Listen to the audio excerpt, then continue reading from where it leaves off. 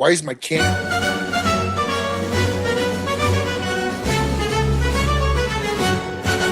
Grab your seat, light it up, let's unwind. Kevin and Kerr bringing topics of all kinds, from cigars to sports, family and more. Everyday stories you'll want to explore. So take a puff or ponder away. Join the talk, it's the highlight of your day. Puff and ponder where the sparks ignite. Conversations blazing day or night. Tune in now, let the stories take flight. It's the Puff and Ponder podcast, where we get it right. From fast cars to last night's game, family laughs or today's big name. We've got the topics, we've got the vibe. Stay tuned in and enjoy the ride. So lean back, relax, take a break. Kevin and Kerr got the chat you'll appreciate. Puff and Ponder, the show that's great, where conversations ignite. Don't hesitate. What is going on, everybody? Welcome to the Puff and Ponder podcast, where conversations ignite. I'm your host, Kevin Shahan from Cigar Prop, joining my co-host, Kerr, Viajante of Stogie Road Cigars, and joining us tonight, Ryan Miller of the Rocky Mountain Cigar Show. What's I'm just gonna start. I'm gonna start right off before we talk. What's everybody smoking? Because I just literally got home like 45 minutes ago. I haven't had a cigar yet, so I need. Thank you. I need to light something too. I'll go first. Salida Red. Oh, right on. I bought my very first box of Salida Red at TGS because, well, we'll talk about it later. But the deals were amazing. The pricing was great. Oh yeah. I know. I spent a little more money than I should have as well. What are you smoking, Kev? I am from the TGS box, the Trinidad, the Espirito. I don't know what number this is. I don't have my glasses on, but yeah, that's the one, the Trinidad. So this is. I figure I smoke it now before Jessica finds it. This is one of her favorites as well. I thought the Tommy Bahama was in the pack, but I guess not, huh? No, that was in the. I think that was Cigar in of this the Month Club. Cigar of the Month Club, yeah. Kerr, what are you smoking? Actually, I started off a little while ago with a really good bundle cigar that I've been really digging. It's the Arganese. Arganese. Is that how you pronounce that? One. Yeah. It's only like a couple of bucks. I mean, really, it's only like $4, $3. You're doing, a little bit more than retail. Some really great, flavors to it. It's Nicaraguan. And then my next cigar is going to be the West Tampa Black. Oh, that's such a good one. Hashimoto, what's going on? Good evening from Nashville. Kerr's going to be in Nashville soon. Yeah.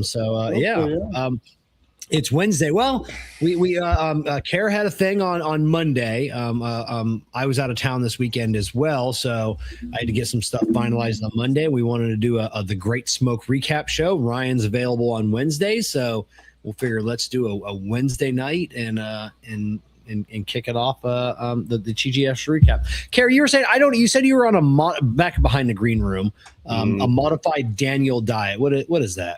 Well, the Daniel diet, Daniel from the Bible, lived off the land, ate locusts. I'm not eating locusts, but I mean, grain. That's why it's modified. Yeah, that's modified.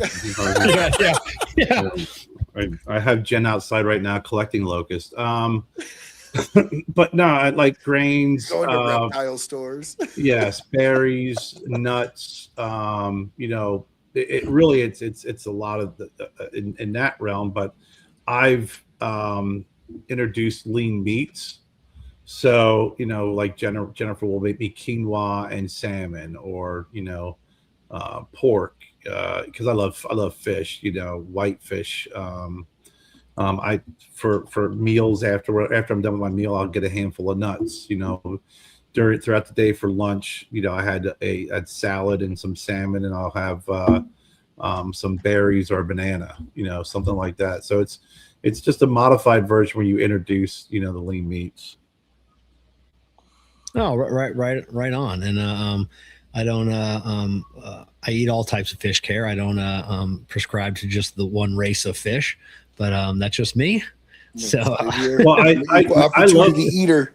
I love all. I mean, that's the one thing. You know, not everybody here in the house likes fish, but I love monkfish, tilapia, perch, great trout. You know, I love catfish. A good down here, you get some really good catfish. Walleye. Yeah, salmon. I was I got it at Publix like a month ago, like BOGO, the big like fish like fried, like Gordon's, but like the nicer one, whatever that one is.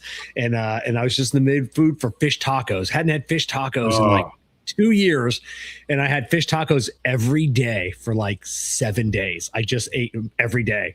And then I'm like, to Jessica, you want one? It's like, no. You know, she's like, oh, that like deep fried, like crappy frozen fish. Like the very last day, I had like a couple pieces left over, and I'm like, come on, you gotta try it. It's like really good. So she took like a little bite of the fish. She's like, this is really good. And I'm like, yeah, you could have been eating fish tacos all week like me, but no. So it made right too. Like I've had fish tacos where they used fried fish. Yeah. But the best fish tacos I had ever, it was in California, it was in San Diego, but all over, is when they used blackened fish. Blackened fish and fish tacos is far above the best. Yep. Yeah. I would agree. I mean, gosh, I could probably eat fish for all my meals. I'm not a big, like, you know, Jen's a big steak person. I do like steak from time to time. I prefer pork over steak, a good pork, you know, a chop or something. But I'm more fish and chicken. I'm more of a turkey. I like turkey more than anything else. Turkey burgers, turkey. Wait a second. Jen just made turkey chili. Yeah. Turkey is one of the most least versatile meats out there. Like if you get like a split second window and then it's dry. Yeah, I mean, I don't care if it's dry. I just like turkey. Okay. No, I don't care. Yeah, I don't care about food. I mean, everybody knows that. You know, I mean, I like a good meal, but I give two shits about food. Like I don't care. Yeah. Like, what I eat. Well, you are the, you know, king of the turkey dinner and the sandwich review. Yeah, that's it. You had like 20 of them, or I think like 12 of them, or something like that. I had a lot. I had one almost every day for like a week. I love that. It was a lot. I know that. I love that. Anybody eat a fucking sandwich as fast as you were? God Almighty! and the funniest part was you still told your story. And I'm listening, and I'm like, did you just put that on the floor? Like, did you just like, yeah, this is really good. But no, you ate it. Oh, they're mind boggled at work too, especially like donuts or something someone brings. Like, I'll inhale like 5 or 6 donuts within like a minute or two. Like, I mean, fast. Like, I mean, I can inhale some food. And cause I got better things to do, you know, just shove it down into the calorie making machine down here in my gut, you know, give me some energy, and let's get this shit going, you know. So, oh, someone's drinking or someone's smoking. Oh, Lawless from the Great Smoke, Pat. I didn't know that there was a. I bet she fucking stole them. I didn't see there. I didn't see any black label. I bet she stole them before I even had a chance to look. You know, so she got a box. That rep that we met, Kerr, up at your when I was up to see you. Yeah. The one kid, the big ring gauges. Yeah. He was down at the. Was he? Yeah, he's a nice guy. Not Derek. Not Derek. I can't remember his name. Derek Matthews is it Derek Matthews the other owner, or Derek Williams?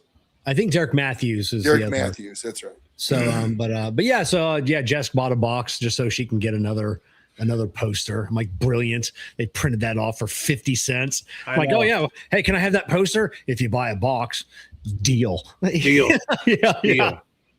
And then if you know what, if you wait till the end of the night, we'll have a whole bunch left over. I'll give you another one. That's it. Actually, I was just at Boda Pikes. Japanese can't eat fish. What? What? Yeah. I was just at Boda and they released the Boondock Saints. He said it's been since 2019 they released that they had. Wow, has it been that long? Yeah, it was fantastic. So I saw them smoke in. I was on the Brews on the website the other day, and I saw that it was on one of the banners. Yeah. So Ryan, were you at the Great Smoke? I was. Is it your first one, or have you been there before? 1 virtual, 3 live. Oh, nice. So this was my 3rd live. I figured you were going to show up for the 20th. You know what, man? It was just all timing. You know, I said the same thing last year, and this year I thought for sure, but just timing. Maybe next year. I'll be the I'll be the maybe next year guy, because I've done the virtual. Yeah. I've done the virtual a couple of times. Me and Daryl did the virtual a couple of times. We hung in Daryl's place and freaking watched it and hung out and smoked cigars and drank bourbon and had a great old time. But I definitely got to get down for one. Yeah, next year is Arabian Nights. Yeah. Maybe next year, because next year PCA's in Vegas. Yeah. Right?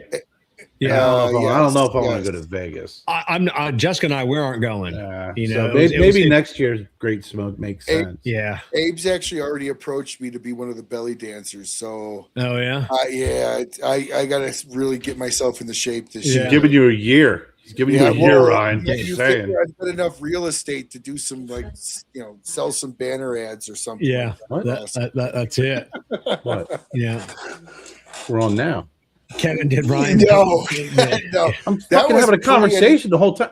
We're sitting here doing the show, and Jen looks at me. She goes, "It's 7:11. When are you going to start the show?" what do you think I've been doing the whole time here? Yeah. No, Why you don't have an audience in your studio? Damn it. Yeah, Jessica was editing some clips out, and then the one with Smokini, Kim Keeney, and I guess on camera all you saw was Kevin, stop it, but you did, but they were only focused on her face. So luckily Jessica was filming, and then as she's talking, I've got my elephant trunk, just poking at her. So everybody watching live had no idea what was going on. So Abe's elephant. Elephants live to be 125, 150 years old. Abe rents one that's dying. So it couldn't made it down. Good job, Abe. Oh. Hey, I want to rent an elephant. We got the one that's 126 years old. Yeah. I'll take it. Yeah, I'll take it. So I told him, I said, I got you, Abe. I got this for you. So I got my inflatable elephant and lasted about an hour. I'm like, I gotta get out of this thing. Now, Ryan, did you do the Meat Lovers Club dinner and everything? I've never done any of the Red Meat Lovers. Something's going on weird with my beard tonight. It wants to flare out like this for some reason. It's driving me insane. Yeah. It heard that you were to be a belly dancer, and I think that would be the appropriate curl out to be a belly dancer. There we go. Yeah. We keep it like that's it. People are gonna be chiming in about now and like, hey, what's up with his beard? So I've never been to a Red Meat Lovers. I've always heard that they're really good. But I'll be upfront, the cost of it's just a lot. I mean, they're not cheap tickets, and I know you're getting great quality food and a lot of it. I'm just cheap. Yeah, you get a lot of food. I justify it because the Red Meat Lovers Club is a great organization that does a lot for charities. So your money is always going to a good cause. So you're always going to pay probably a little bit more. But yeah, the food is always fantastic. Food and the cigars, man. Yeah, right. And we got a couple, like a 3-pack of cigars. Then you had the chance to buy the new spicy beef stick, which I don't know if that was available at TGS or if that was only for the dinner. So it was only for the dinner. So the rest of the world gets it usually, June, July, August. So it gets you a chance to buy a couple of bundles. Yeah, those I think are coming out for SOS. Yeah. Oh, okay. So I think that's is it open bar? We're gonna get them. No, it's not open bar. No, you get some drink tickets like anywhere else. You get like 4 drink tickets. Right. So So yeah, I mean, Jessica used ours, and we, that was it. We But didn't. I mean, let's talk really quick. I didn't mean to interrupt. Let's talk really quick without getting crazy. Let's talk really quick about the open bar aspect. Quite frankly, and again, nothing needs to be brought out for specifics or anything, but like, if you're going to an event like that and you're paying top dollar for an event like that, is open bar really something you're going to abuse? Like, wouldn't you want like a memory of the fucking event? Was the great smoke open bar? Was it great? Smoke? Yeah. Well, if you're VIP, it's open bar. Yeah. Okay. So I've been to plenty of events at the Red Meat Lovers Club where it has been open bar, and Evan can make it open bar because nobody does abuse it. Because everybody wants to enjoy the experience. Yeah. Of what like they paid for. Yeah. I drove down there for Evan's birthday party, open bar. I had 3 Diet Cokes. That's all I had, because I knew I had to drive home. I didn't want to be drinking, but even at the Red Meat Lovers Club event, Jessica and I, we each had 2 Bacardi and Diets apiece. That's all we had. And then we had 2 Diet Cokes. So, I mean, we didn't, but I mean, I don't like drinking to the point to where I get, I don't even like getting lightheaded at all. At the moment I can feel alcohol inside my body, I stop drinking, which, I mean, I don't know. It's been forever, so I don't even know what that point is anymore. But I just stop. I just drink Diet Coke or I just drink water. Yeah. I don't like getting that. I don't want to get sloppy, and I don't want to be that guy that people talk about. That guy doesn't know that they're talking about him. And then when they see him next year, it's like, oh God, we got to sit next to him. You remember how he was last year, So. And there are unfortunately quite a few people that are like that, at the Great Smoke, and like I said, I rarely ever see it at the Red Meat Lovers Club. Yeah, but like I was talking about with Alex, and Alex, like, okay, conservatively, if you live out of state, conservatively, you're almost $1,000 just getting there between tickets, any extras, your flight, that's barely even including hotel. And like for me, you just get ossified. Like, get drunk during the the tailgate, and then ride the buzz for the actual event. And that way you remember it. I don't know. For me, it's just kind of like a waste. Like, I don't know if that makes sense. I'm not trying to be like a drinking prude. I was drunk every single day. Or every single night there, pretty much. Not ossified, but for the event, you guys sound like prudes, the both of you. I'm just. But I mean, Kerr, like you're $1,000 into going to an event. You spend $1,000 to go to a concert. You want to get tanked, and that way you the only memories you have are the pictures. Like, I don't know. Maybe I'll have to get back to you on that one. No, I mean, I'm teasing. I hear what you're saying. I mean, you're spending that much money, and you want to be able to enjoy the time there, right? It's like going to Disney and staying in your hotel. And some people think that the more they drink, like, oh, I'm getting my money's worth out of this. Yes. Yeah. I'm going to drink until I throw up, and then I'm going to drink some more because I paid for this, and I'm going to, Well, yeah, owed me. Yeah. That's open bar. I mean, that's kind of that's actually the definition of open bar is I'm going to drink exactly my body weight because this is open bar and I pay. Yeah. Yeah. Open bar is never like at an event, like we were like a ticket at an event. And they're like, oh, and it's open bar. That's not a perk for me because I'm not going to drink that much, so don't say, oh, hey, your tickets are this much, but that includes an open bar. Well, not for me. So I'll have a couple drinks, but yeah, you make your money back on Kerr. It's not. Yeah, no, you're correct. Even baseball's got to finish the 7th inning. Yeah. Yeah.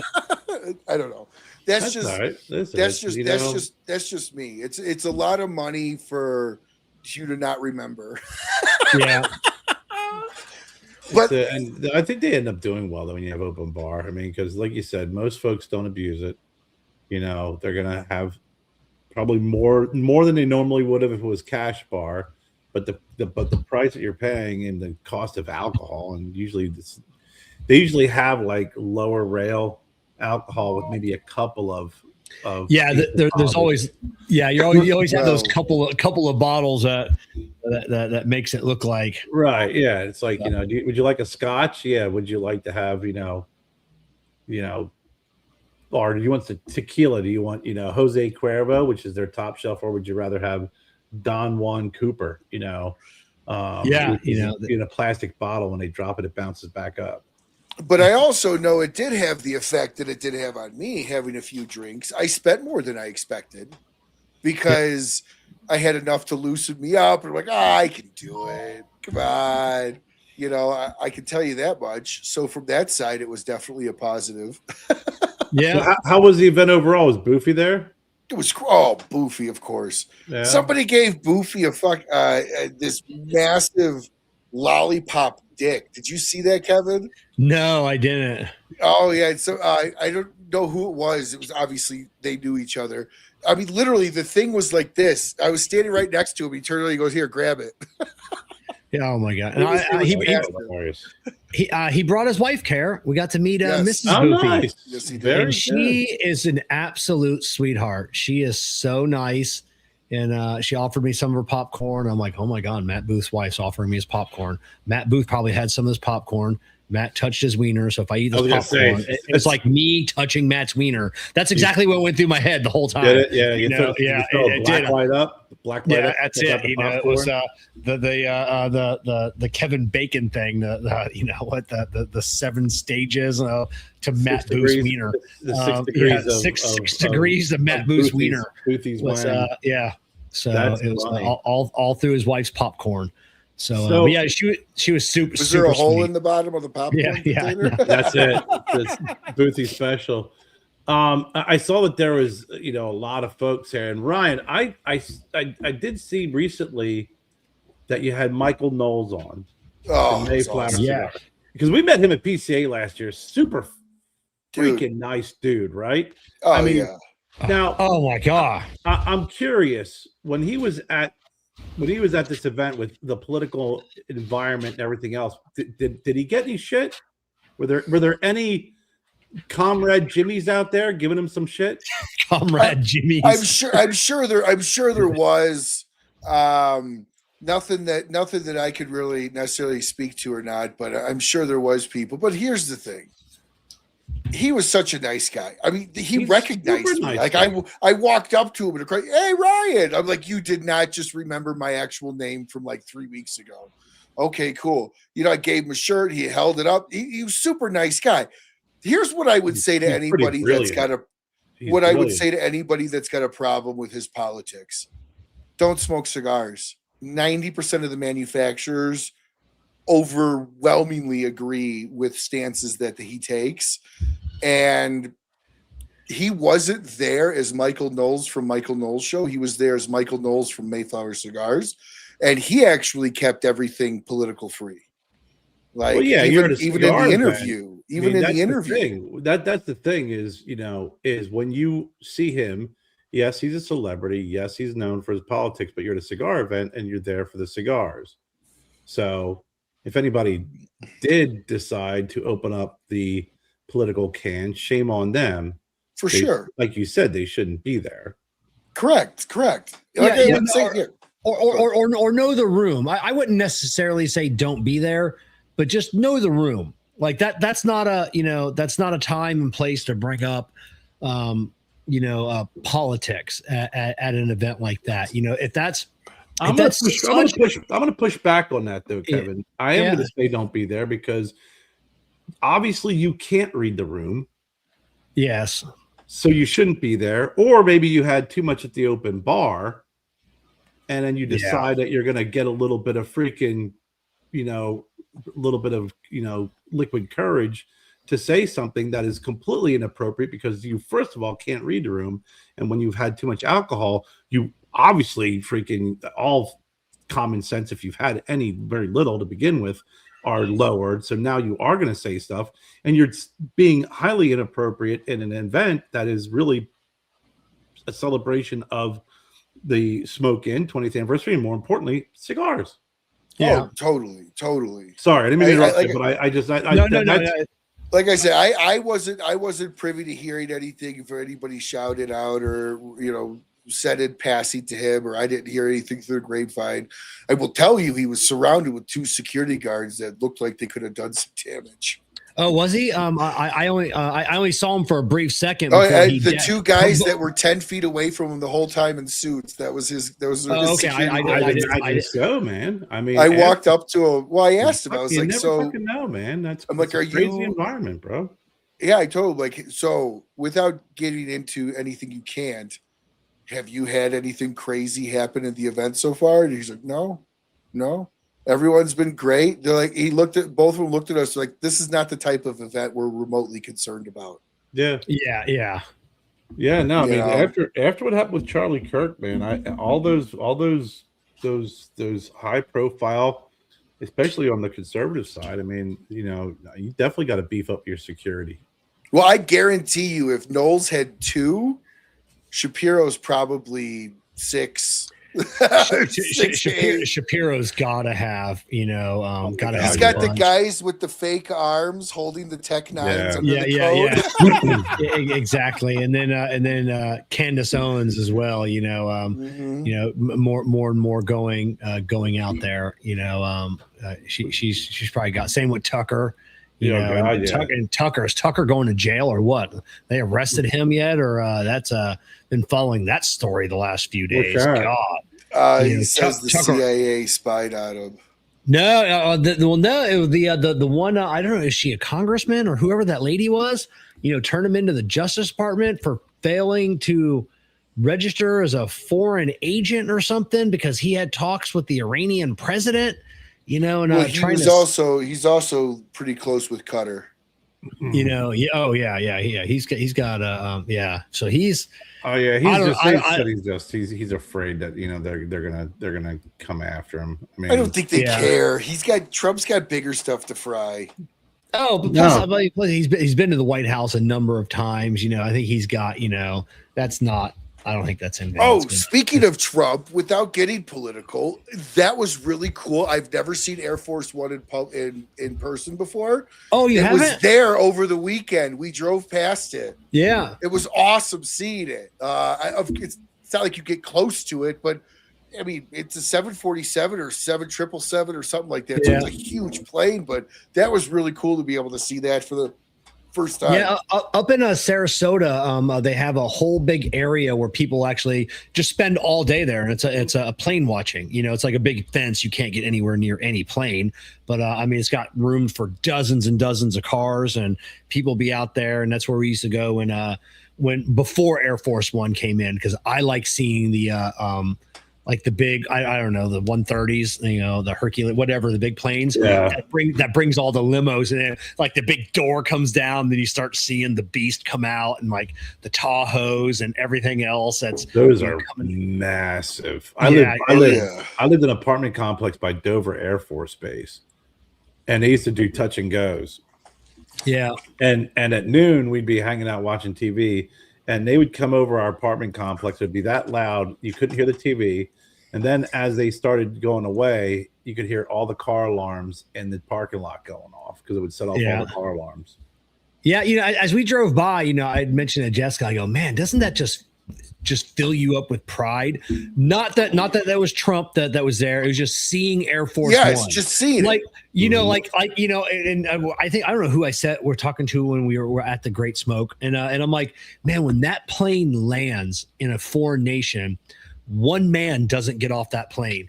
250 million Americans walk down those steps. Oh yeah. When that plane lands, and it's just I don't know, it just fills you with pride to see Air Force One. I every time I see it, I just absolutely love it.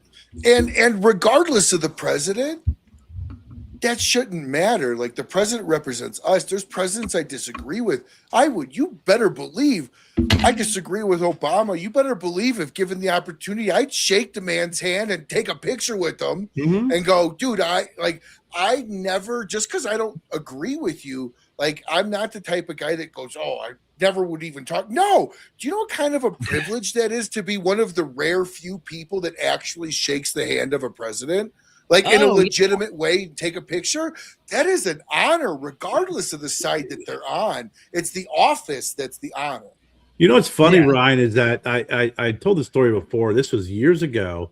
I was up in Philadelphia when the family was with me. I was up there working, and me and the kids and Jennifer get into the elevator, and the guy comes in, and the elevator door closes. And I look at the kids. I go, "Kids," I said, "I'd love to introduce you to the former governor of Pennsylvania, Ed Rendell." And they go, and he was super nice. Shook the kids' hands, took a picture with them. Shook his hand. Hey, thank you very much for all the service, And he left. And then my daughter looks at me. She goes, "Did you vote for him?" I go, "Oh no, he's a horrible mayor. He was a horrible governor. Horrible." Really? I go, "Oh yeah, he was terrible. I mean, 2-term governor. He was terrible." Well, why were you so nice to him? I said, because he spent his life serving the country. He was a DA of Philly. He was a mayor of Philadelphia. He was a governor. He was the head of the DNC. I said, I may disagree with his politics, but a lot of people voted for him, and I have respect for him and the office that he held. And I said, plus, he's not the governor anymore. What am I going to do? Yell at him? I said, you just got to be respectful to all people at all times, even if you disagree with them. And they were looking at me like I was fucking crazy. But you guys, Jennifer, he was so super nice, super sweet guy. He's terrible for Pennsylvania, almost everything that he did. But when you're faced with these folks, I met Jesse Jackson down here. Yeah. I was down here at a restaurant having breakfast, and Jesse Jackson walked in. He saw us looking. He came walking over, and the girl I was with, I was working with her. He gave her a hug. He shook my hand. I go, "Jesse, no hugs for me?" And he reached over and he gave me a hug. And he goes, I said, "No." He gave her a kiss on the cheek. And I said, "What, Jesse? No hugs and kisses?" And he gave me a hug, and he whispered in my ear, "Brother, I was afraid you kissed me back." And he walked away. And I looked at her and I said, if I spent another 10 minutes with that man, I would probably vote for him, and I would probably run his campaign. He's just that charismatic, freaking just has it. Speaking of Jesse Jackson, yes, rest in peace, Jesse Jackson. I was going to say, speaking of Jesse Jackson, we don't have to dig into it, but did you see his son rip apart Obama, Biden, and Kamala for getting political? Oh, yeah. Before it even started, he said, "Please keep your politics to yourself." Kamala, Obama, and Biden, I'm pretty sure they all later apologized. And he ripped all three of them wide open at the end. Yeah. How dare you bring your politics to this? Yeah. I commend that. Immensely. Yeah, you got to. But yeah, it's kind of funny. That's why when I asked about Michael Knowles, like I said, Kevin and I spent just a few minutes with him, but a super nice guy, very inviting, very, very personable. He had slippers on. Very comfortable. Very, very young Hugh Hefner, very Hefner-esque. Like, God dang, dude, you were short and you look very young. Dude, I can't believe I got 2 hours with him. When I did the confirmation, I was expecting to be like, all right, 45-hour tops. There was nothing contingent on it. And even when Knowles popped out, I'm like, we're good for the full 2 hours? He goes, yeah, I'm not going anywhere. Oh my gosh, yes. That's great, man. We'll definitely have to try and have him on. We'll definitely get his contact information from you, Ryan, and because I really don't care about the politics or anything else. Just his history, his lineage fascinates me. Absolutely. That's where being someone that can go back. Like I said, I was taking a picture last night. Of my family tree book. Someone that can trace my lineage to 1678, and he goes back another 70 years. Mayflower. Before that, 1600. Like early 1600s. Was it Mayflower 1619?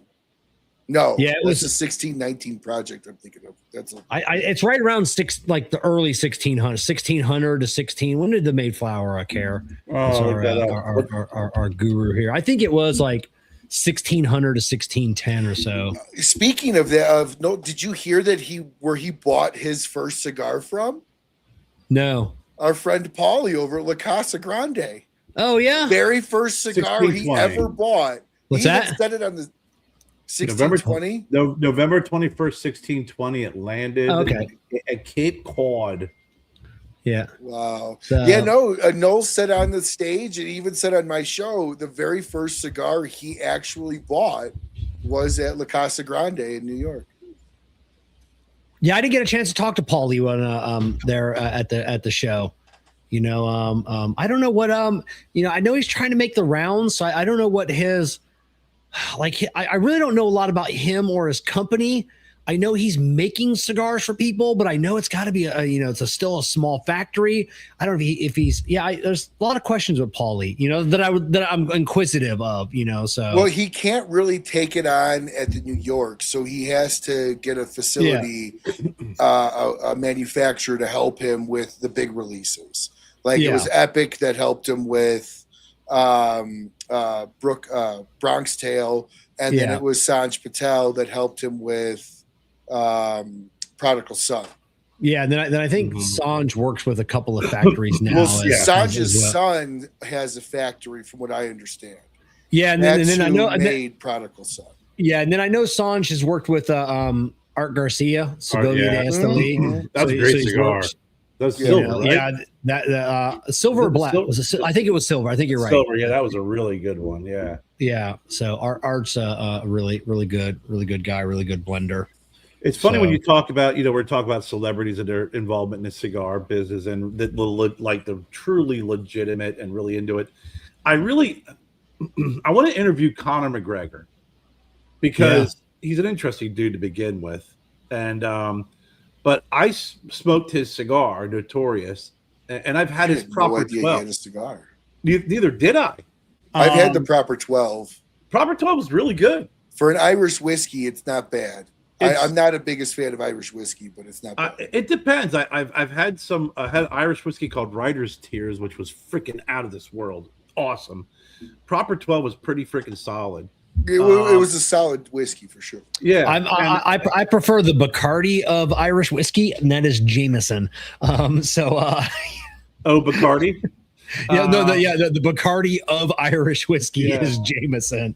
Yeah, well, Jameson's not bad, but but his cigar Notorious. I was at Boda and I was talking to Rex, and he's like, they really want me to bring it in, but it's kind of expensive. And I smoked it, it was okay. I smoked it. It's pretty fucking good. Who makes it? Gosh, I have to see. Is it a DR? I was looking it up. Yeah, you sent me when you told me that the other day, Kerr. I went to the website and then I got busy and I never looked to see if they said who. Oh, it's a brand. Yeah, it's not a single release cigar. It says by Notorious. Oh, okay. Yeah, I thought he was going to do kind of what Plum did with oh my gosh, what's the name of that? Kelsey Plum. Who'd she do the cigar with? That was just last year. I can't think of it. I thought that's what he was going to do. Yeah. I didn't realize he was going to start a brand. I have a lot more respect for that. And it's really good. It's the MJ Frias factory in the Dominican Republic. Interesting. Dude, it's not that expensive. It's $149 for a box of 10. It's $15 a cigar. That's not bad. I told Kevin this, especially with the pricing now, but I told Kevin when I smoked it, I thought solid cigar. And it's one of those cigars you're like, if I'm looking at this going, it's probably a $12 cigar, but I pay $15. It's still in the same ballpark at that point, right? You're just you're not smoking a $15 cigar and thinking, man, this should have been freaking under $10. This should have been an $8 cigar. It had really good flavor to pre-draw, but was really nice midway through. For Dominican, midway through, it really picked up on the spice. It had that Dominican flowery, a little bit more of that sweet flavor to it, but midway through, it really picked up on the spice. And I smoked it to the nub. I thought it was a fantastic freaking cigar. So I would love to have him on the show and interview him to find out his background, but more importantly, is his involvement and love of the cigars and the Irish whiskey. Because to me, both of them reasonably priced and both very good products within their given space. Well, Half Wheel wasn't a fan of it, but I don't smoke my cigars based on Half Wheel. What they rank it, or would they 85? 85. That's pretty low. That's but pretty, again, no. Again, this is what I tell people about reviews. Who cares? Don't shit on my review with a reference to Half Wheel. I'm guys, specifically bringing that in there because my palate does not reflect well with Charlie's. My palate, there are reviewers my palate reflects well with, but Charlie's is not one of them. So I would try that based on the fact that I've smoked every one of the Stogie Road releases and I've really liked it. If you're saying you like it, I'm going to trust you on it. And $15 is worth the gamble, quite frankly. Yeah, it's Patrick. This one. Yeah, I mean, listen, I smoked one. It was really, really good. I don't know. They smoked quite a few. That's, again, and when it comes to cigars, I think everybody understands that it's going to be a subjective, totally subjective palate. But like based off of some of the cigars that I smoked that were connected with to celebrities and stuff, this is pretty freaking good. Yeah, if I see a Half Wheel article that's like an 81, an 85 is not all that bad. That's still an 8.5. He's a really tough reviewer. Yeah, like if it's like an 80, 81, 82, even an 85, like if I'm at a lounge and I remember that review and that number and I'm somewhere, I would lean away from that cigar. Because I like Charlie's profile or palette. I like Brooks. I think their reviews are very calculated and methodical. So usually it's ended up being a construction issue. If because I read a lot of Half Wheel reviews, and a lot of times it's construction issues that just make it absolute plummet. And that's what I don't want. Here you can tell just looking at the picture that there was it did canoe a bit. Issue. Yeah. And they smoked 3 of them, so there's 3. So, then sometimes it'll be like, try it. I think it would be great to have somebody like Connor on. Talk about like kind of a boofy experience of not of really not knowing where that conversation's going to go. No, you'd have no idea. You would need subtitles. We would have to see if StreamYard would do subtitles. Yeah, I'd have to have a friend of mine on. She's been over here for a few years now, so she's got a pretty good American. She can speak, so she can. Kira can translate for us. Like Kira, what did he say? But I mean, I would recommend giving it a try, and again with his proper 12. I would give it. I would definitely give it a try, only because I know, like, when he was, I watched the like a little it was like a 10-minute thing on the proper 12. Like, he just didn't put his name like that. I mean, he was really into that. So I figured with the cigar, he's probably going to be the same thing. Like, he's like Guy Fieri, he's not going to put his name on something.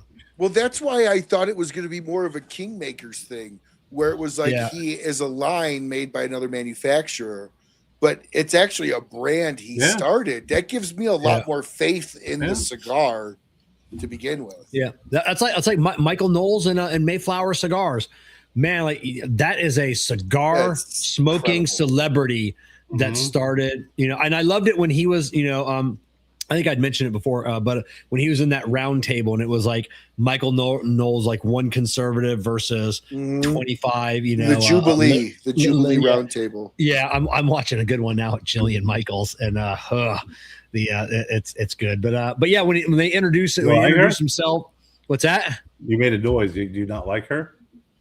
No. It was One Fitness, Jillian Michaels, obviously from she's fitness guru, and she had the show My Big Fat Loser or something, or like weight. Whatever. Biggest loser. And she's up against like 25 body positivity people, and like her first claim was you can't be overweight and healthy. Yeah. And then the like the first person goes, well, I'm not going to use the O word because that's discriminatory. Obese, you know, like, oh, and here we go. If we're not even going to call it like it is, you know, so I can't imagine. She's a bear, man. Yeah, but when Michael Knowles introduced himself as, you know, podcast, blah blah blah, cigar maker, and I'm like, oh my god, I fucking love that he introduced himself as a cigar maker. You know, that was just, I loved it. Well, that was the pinnacle, he said, of kind of everything he was able to do. It brought everything kind of full circle with him. You know, because he still has the original box with some of the cigars that his mom bought him before she died when he was 15. Oh, yeah. I've heard him tell that story. Yeah. But I just gotta say, dude, talk about celebrity corner over there at TGS, right? I think Guy was there for 1 hour, hour and a half, maybe, until they totally sold out. But that was Guy and Knowles literally right there in that same corner. It was 60 people deep the entire time. Both were there. And Knowles, bless his heart, stayed till 5. Yeah. You know, we never made it back around there to see him. You know, he was up on stage and then he disappeared for a little bit. So I just wanted to say hi and ask him if he was, you know, because his people are going to be doing scheduling the interviews at PCA. You know, last year when we saw him, it was his first year. He was just like, you know, he was all excited. Well, somebody wants to talk to me, get in here, you know? And, you know, that's the way it was. Now it's like everybody wants to schedule an interview. So if we don't get one scheduled, we probably won't. You're gonna go up and say, hey, do you remember me? You picked me out of out of a crowd to just come up and take the first picture. Oh, that was Guy Fieri. Yeah. So it was, I muscled my way up through there in my elephant costume, never even said hello to Guy or Eric. I just got to the front of the line, turned around, and then Jessica took our pictures. Like Guy and Eric just kind of like either side of me. And I'm like, and then I just scooted off. Never said hi. Forgot to say hello, you know? So I gotta say, that's great. Kevin, why does Steve bring that much or too little that he just sells out that fast? Like, God, he is the first every year I've been there. Steve's got his legs up 45 minutes into general admission. The tables go. They had 100 of the Colibris. Yeah, I think they sold through like 60 or 70, and Dave had to hold back like 30 or so just for GA. Those were gone in 30 minutes of GA coming in. He was done. He was done within the first hour and a half, I think, of GA entirely, and he was the only one that sold out that quick. You know, people just, you know, I think there's a couple of reasons people go up, and then some people just feel guilty about, you know, just going up to there and just start talking to them. But you don't feel as guilty when you got a box of cigars in your hand. Like, hey, I just bought these. You owe me 5 minutes, fat man. So let's talk about whatever I want to talk about. You know, I think that's a little bit of it. People just want to, you know, people want to talk to him, but he just draws that in though. Yeah, you know, that's just Steve. That's nice.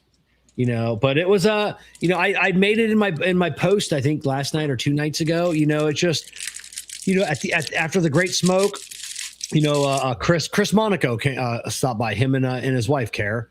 Stopped by there, and Jeffrey was there with his dad for a little bit. Jeffrey said he just chatted with you the other night. Yeah. So Jeff was there for a couple nights. Yeah, we were all just hanging out there, and then you know, just nice. You know, the crowd was thinning a little bit, and then I think Steve came up because, you know, Stephanie was there looking like a proper woman. Not that, you know, so I think that was what drew him over. But he just you know, he just kept dragging his chair from table to table. Yes, he would drag it up. He'd sit down and open up his bag, light up a cigar, and then after like 30-40 minutes or so, and he's like, all right, you know, got up, drug his chair to the next table, and just started started chatting. He said it was easier to drag the chairs than to find a chair. Yeah, exactly. We started talking a little bit about politics right at the end of that conversation, and he goes, "Well, yes." as someone that sells to both conservative and liberals, I'm going to find another table." So yeah. Well, like Ryan says, is it just that he's draws a crowd and that popular? Does he bring, too little when he sells out? And I just envision him with a notebook, like doing math to bring the freaking with the amount of people coming in, how many people are going to buy, how many people are going to, how much time is going to be spending, and going, okay, we have to bring X amount of boxes, and when we bring X amount of boxes, that means we're going to sell out in this amount of time. It's just I picture him like having this perfect calculation of the number of boxes, and just not saying, hey, I'm just going to bring as much as we can, or saying, well, I can only bring this much. It's like this. I just envision this ridiculous calculation that is just so perfect that when it sells out, he just looks at David and goes, Chet, I was 5 minutes early. All my guesstimates, my numbers. Yeah. I'll have to crunch those numbers again later. See where I went wrong. See where I could have squeezed another box or two. Let me ask you this, Kev, because you have a longer history at smoking than I do, and even with Steve. Heritage brands don't do what they do at TGS to the level that Steve does. Like, I've gone to some of these buying events that, like, the bigger the legacy brands, the heritage brands, whatever you want to call them, they seem to be doing like really, really well. Every time I see Steve, he's the first person fucking sold out at every event I've ever been to where he's there. And I know it's not him bringing not enough. He brings a shit ton. I think nobody does the promotion the way he does. And it's also I just don't care what you think. Buy it or don't. I don't care. Yeah. I don't know. What's your opinion? Yeah. You don't want to buy that box? Guess what? That guy behind you does. Exactly. Now he gets 2 boxes. People just love Steve. They just, especially smoking. Yeah. He's a cigar celebrity, so people, it's like, we don't get to, I don't get to sit down ever or meet any of the Bacardi family. Pete Johnson does. His kids go to school with the Bacardi kids, but yet still I don't have a sign, Pete Johnson, from Bacardi.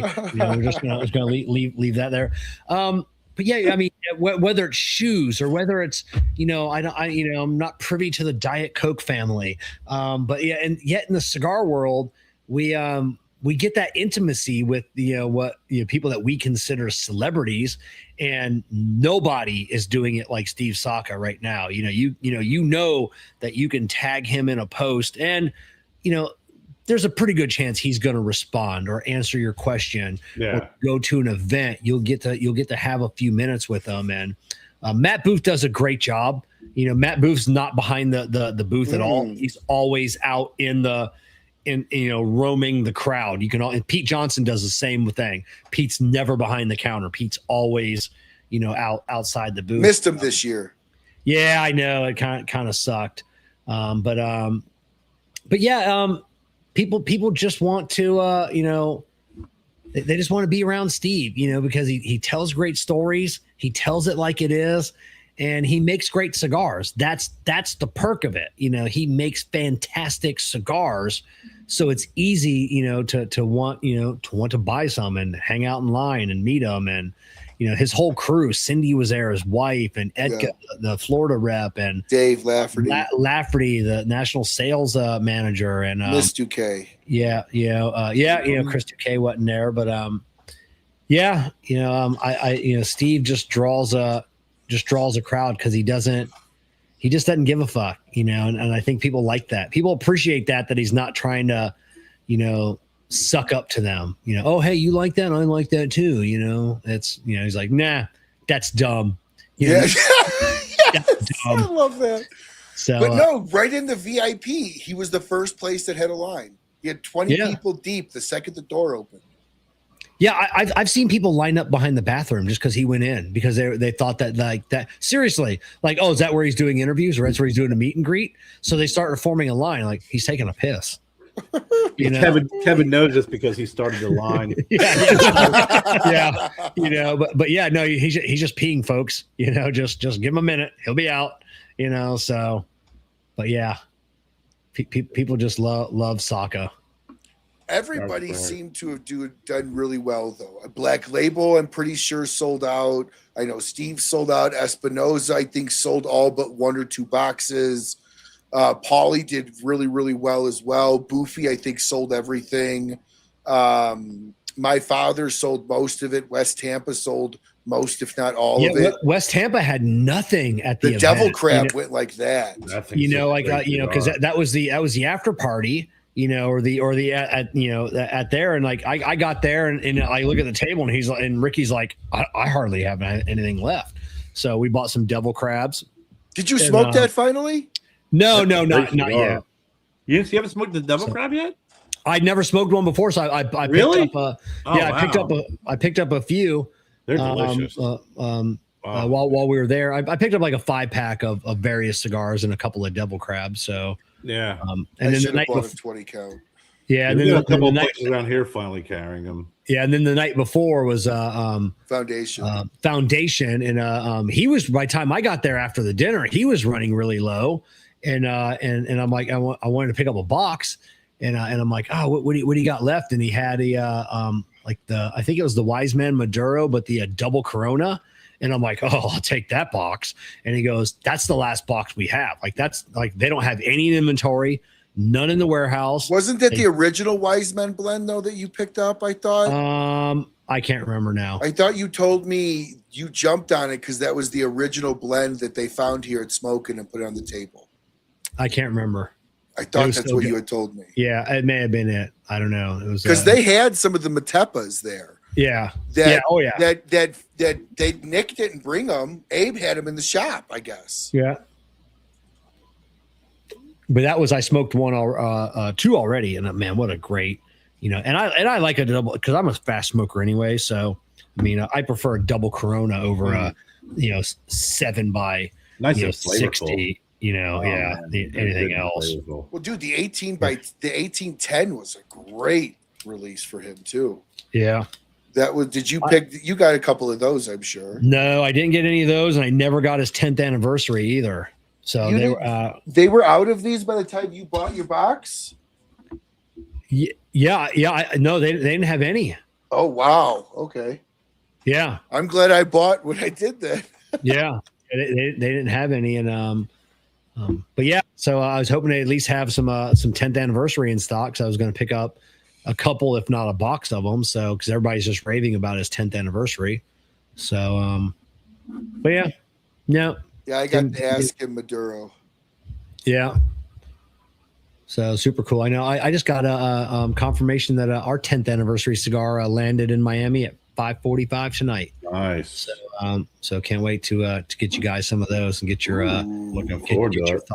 thought on those. It's like we always say that when it's one of our cigars, I'm like I may be prejudiced, but I think it's a damn good. This might be. I only got to smoke about 10, but it's some of the best cigars I've smoked all year. Was what made for us. And I'm tell us who made them. Yeah, I can tell you because I'm on Coop show next Tuesday night. Save it. Yeah, so Thursday. He's Thursday nights.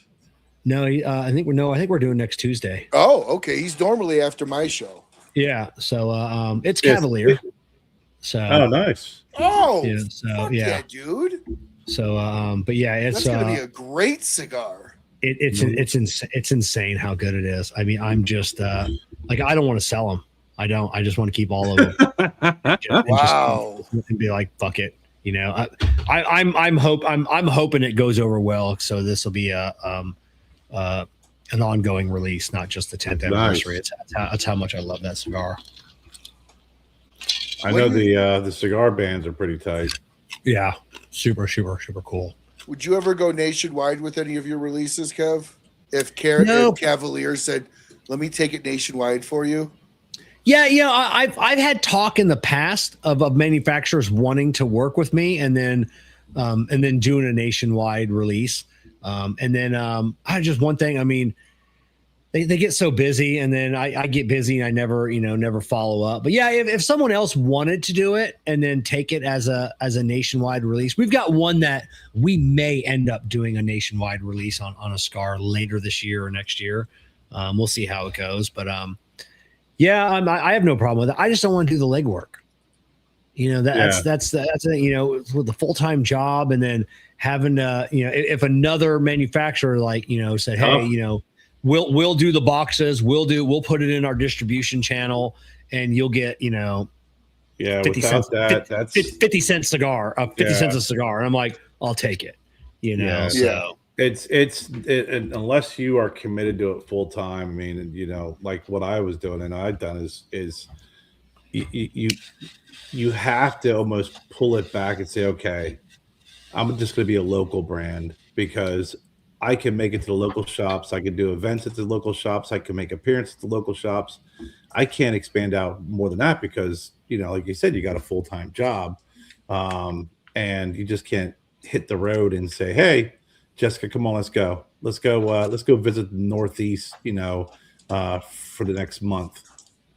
Yeah, exactly. And you have to do that to be relevant, to just keep things going, especially, being a smaller boutique, no matter what your name is or how popular you are, it's just, you have to be present at all often. And that's what having sales reps and folks, that's what having them there for is that helps the sales, but more importantly is the resale. You'll get a shit ton of first orders. Yeah. It's getting the second orders and the third orders because, the newness wears off, and the reordering part, if you're not there, hey, can you do an event? What, in Boise, Idaho? No, I got to freaking get up and work tomorrow and eat 5 freaking donuts and freak out my coworkers.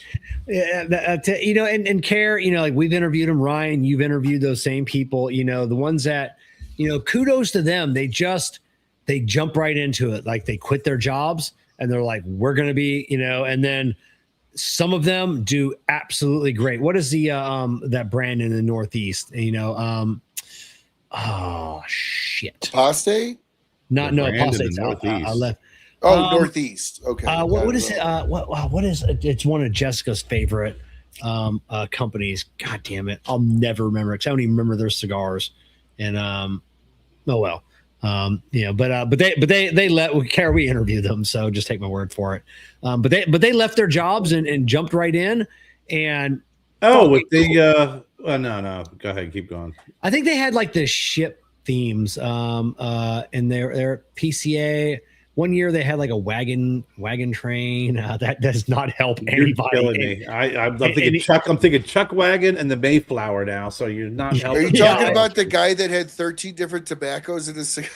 Yeah, no, not that guy. Well, hey, you look at someone like Omar. Like he started in the DC, the Virginia area. When I first smoked his cigars, it was big up in Virginia at Old Virginia Tobacco Company, and Curtis Draper and a couple other spots up there.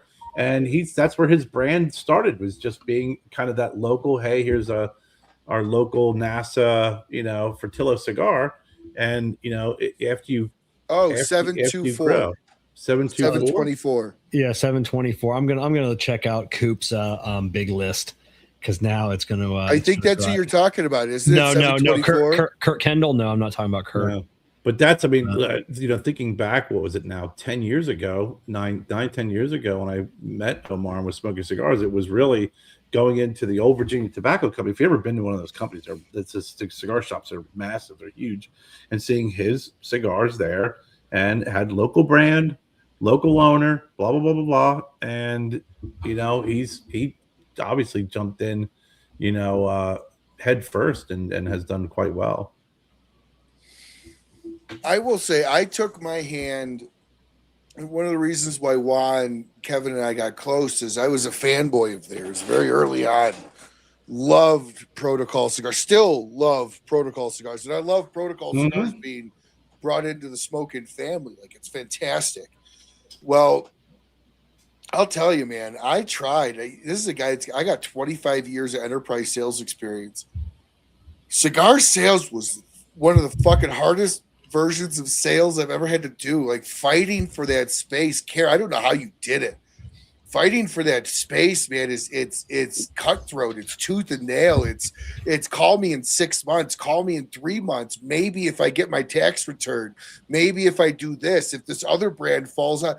It's always the wait game to get into a lounge. It's never sure. Let's bring you in today. Like there's no trajectory to it. There's no, I should say.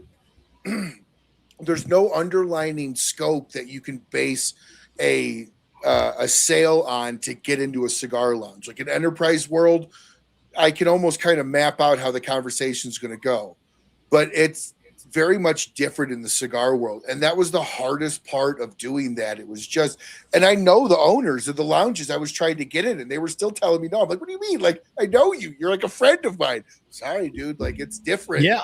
I had a 30-minute conversation at work today. I was on a break with a cigar maker that had wanted an in with a smoke in and a Corona, and like, hey, you're in with them, and I'm like, yeah, not happening. Let me just stop you right there. Not happening.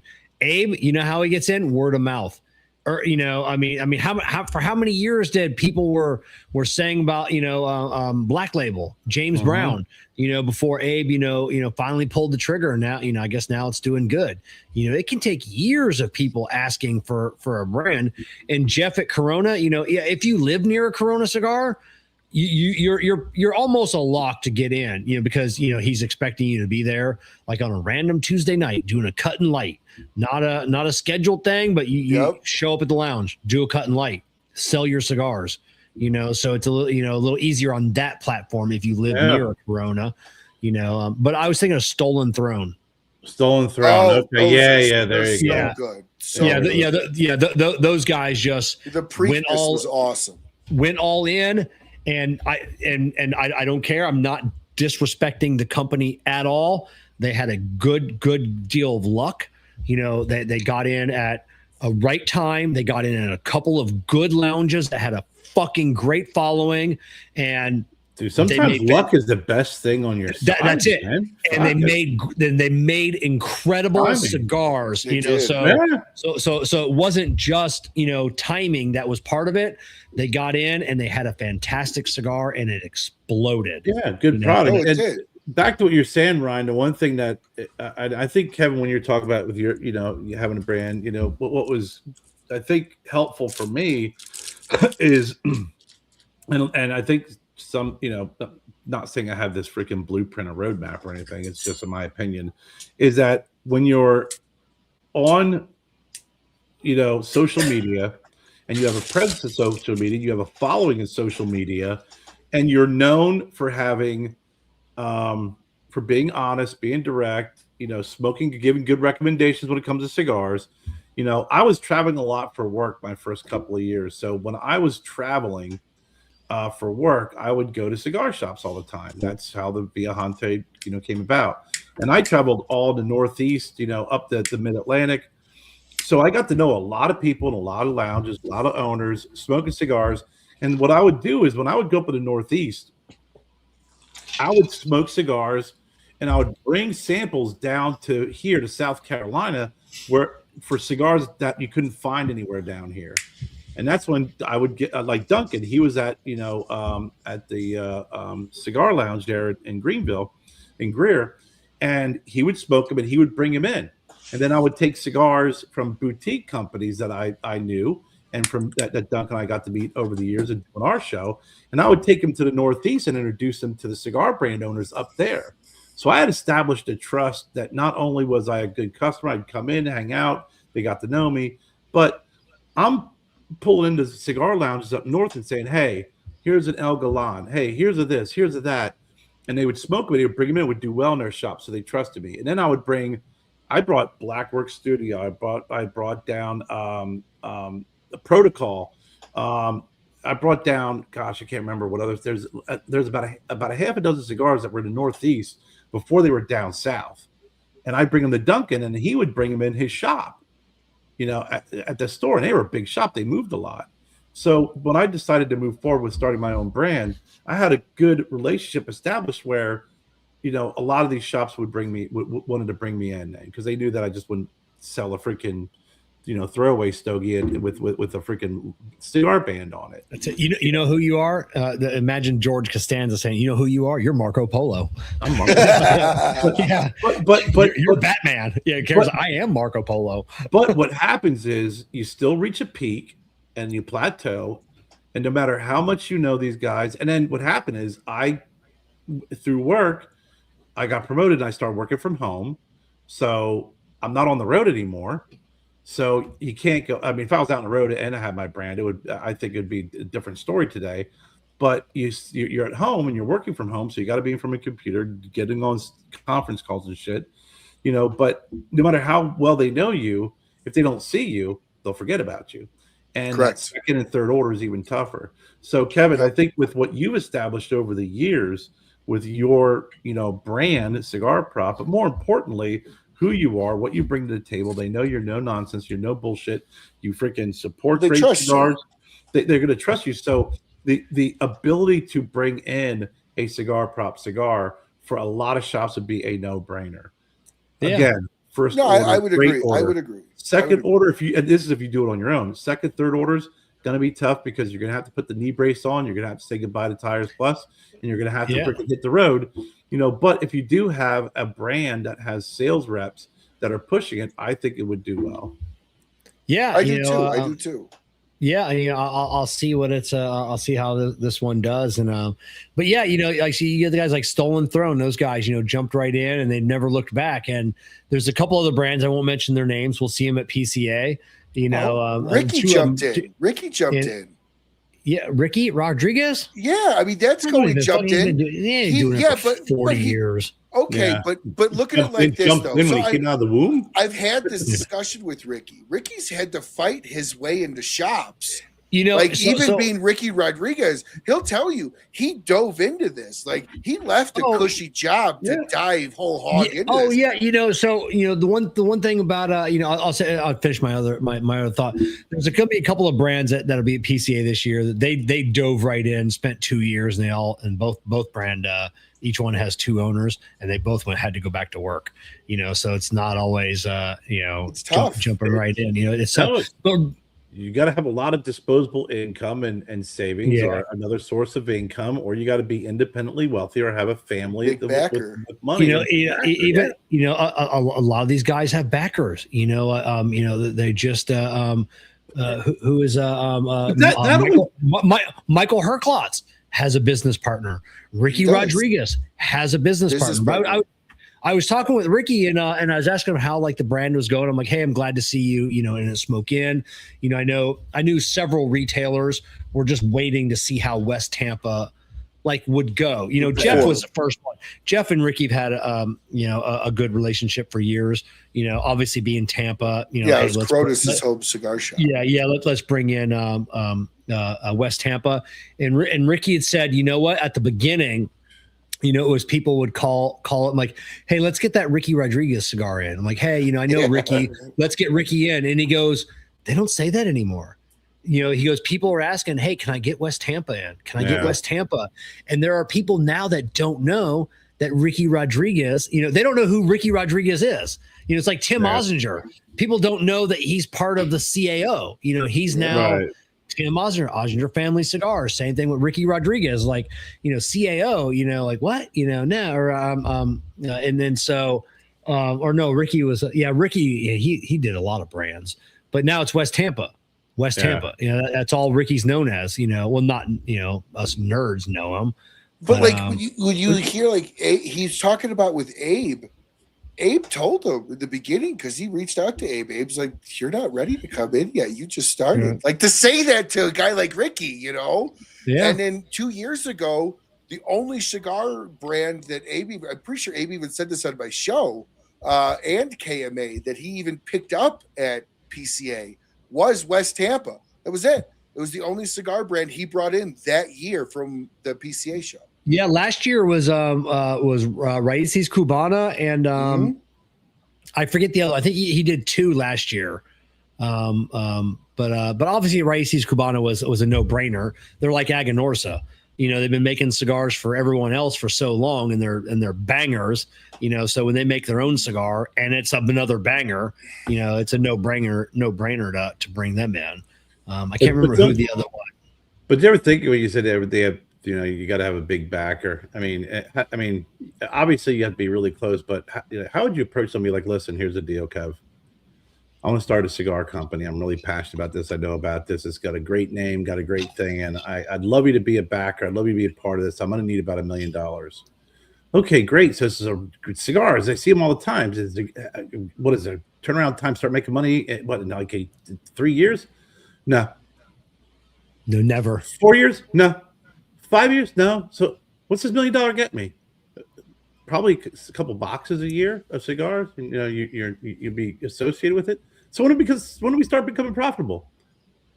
I don't know. I don't know. Maybe 10 years. Because we take our profits and then that's a hard sell. We take our profits. What do you do with the profits? Well, then we buy more cigars because we're growing. Okay, great. So you double your cigar sales. Yeah. So you double the income. Yeah. You double your profits. Yeah. What do you do? I buy more cigars. I was talking more. Yeah, I was talking with Saka, and he has mentioned he did way back in the day, so it's not like I'm revealing any information, but he was like 5 or 6 years in, and drawing a salary of like 75 grand a year, 80 grand a year. Like that was his salary, for Dunbarton. Like that was, and that was like profit, so I mean, it's, and that's done. I mean, still 5 years in producing, 800,000 cigars a year. I was going to say, you probably had 1 million cigars or close to it if you're pulling 75,000 a year. But Steve also took his Drew Estate earnings and dumped it in the Dunbar. Oh yeah. He was CEO of Drew Estate when they sold. Yeah. He has said, and he's told me probably like when they had to buy him out, totally. when he decided to leave because he owned part of the company. I think he had a better deal than Drew did personally. Yeah, so yeah, that Swisher deal couldn't go through until they bought him. Correct. Before they bought him out. So the way I understand it, Drew gave him the world to run Drew Estate. Jamie gave him the world. And Steve still says that he created the Liga Privada when we know it was Nick Melillo. I think he created the concept. I'm busting. I always bust these ass. It was definitely a joint. But it is true though that without Steve, Drew was strictly infused only. Correct. It was the Fabian always said it was the Wacky Tobacco Company. Is what everything. But it was more than acid, though. Wasn't tobacco there too? At that time, I don't know tobacco, but it was. But everything they had was non-traditional. So I remember Fabian said, when he would go in, hey, we have this new cigar, the Liga Privada. He always said, aren't you guys the Wacky Tobacco Company? What are you doing with a regular cigar? That's hilarious. I think it says a lot when you have somebody like Abe. And I know Abe, in my opinion, I think Abe sizes himself down to keep his own ego in check a little bit. I think Abe is bigger than Abe professes he is. Yeah. And I can only say, as far as online retailers, I think Abe's probably within the top 10.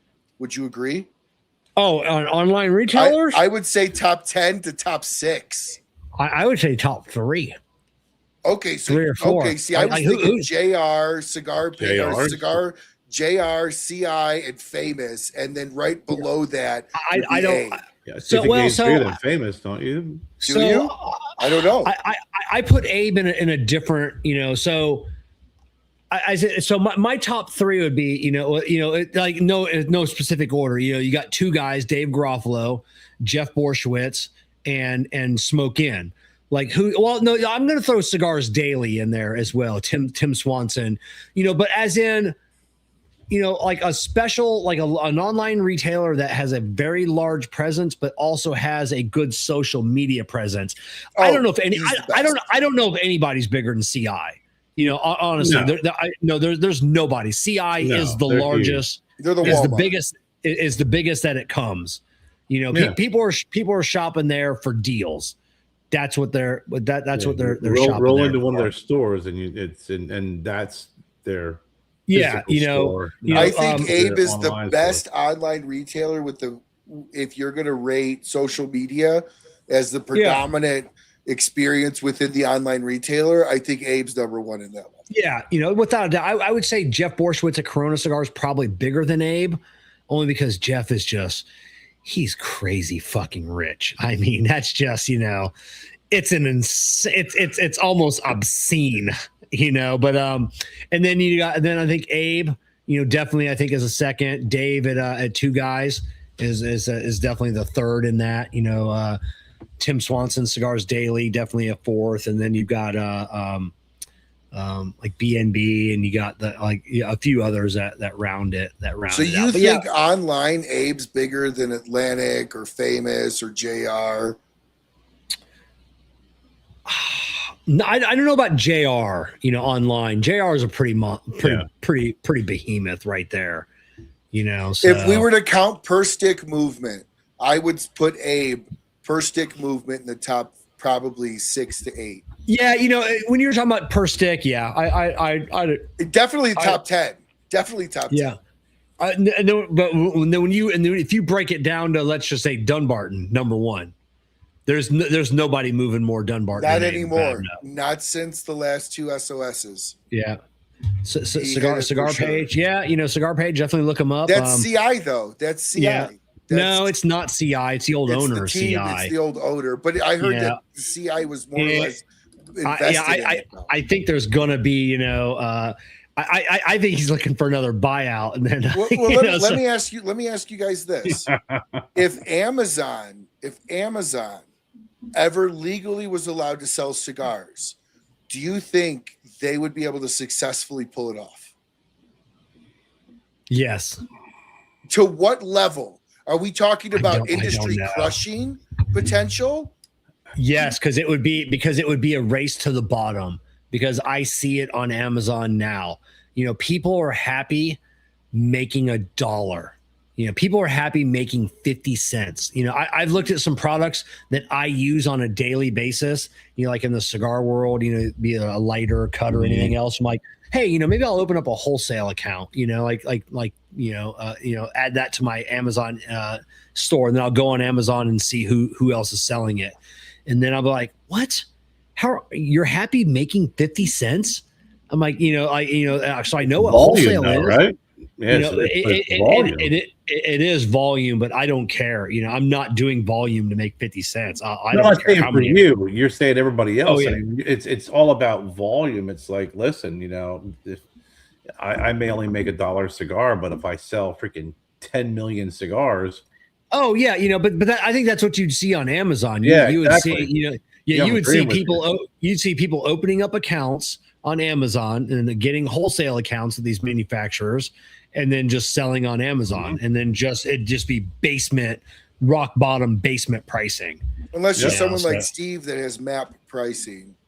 Which, by the way, I just gotta say, that's why I went crazy at Steve's booth, because it's the only time all year I think Steve actually allows a 20% discount, because Steve's lowest map pricing nationwide is 15%. I think TGS is the only place you could actually get a 20% discount on Dunbarton. Yeah, and like I said, you know, every now and then, like I said, Cigar Page will have some deals on Dunbarton, and I'll go look up on my third party bought, right? On my wholesale, and I'm like, God damn! I said I can buy them on Cigar Page cheaper than I can wholesale them for. Mm-hmm. You know, not from Steve, because I don't have an account, so I got to go through Meyer and Dutch or Santa Clara, but they don't know where they're getting those cigars from either. I heard Cigar Page is secondhand. Yeah, they're getting them from a retailer or several retailers. Correct. Because they don't want to raise suspicions. So yeah, Dunbarton doesn't know where Cigar Page is getting their cigars from. And they're also not making money, from what I understand, and talking with a few people. They haven't turned $1 in profit yet either.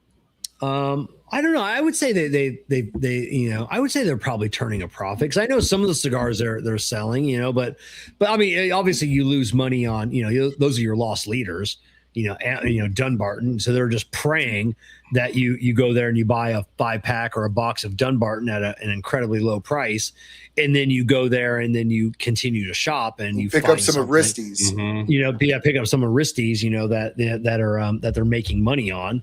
But not a whole lot of money, because they're still selling Risty stuff for, like I pick up the $3.50 a stick. Yeah, I pick up the toothpick 2.0 for $2.50 a stick.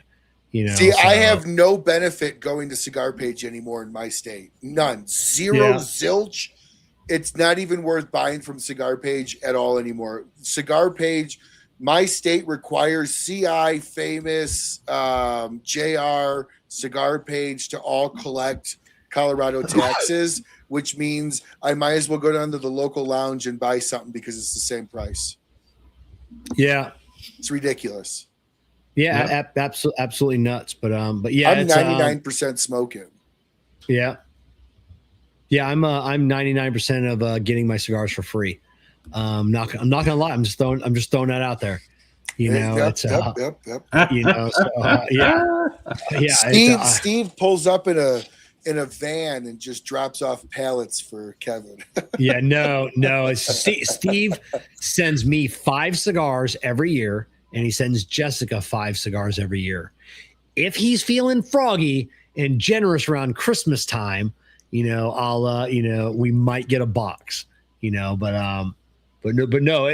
with that being said, he has always said, if there's anything you guys ever need, like just he goes, just text me. And we don't.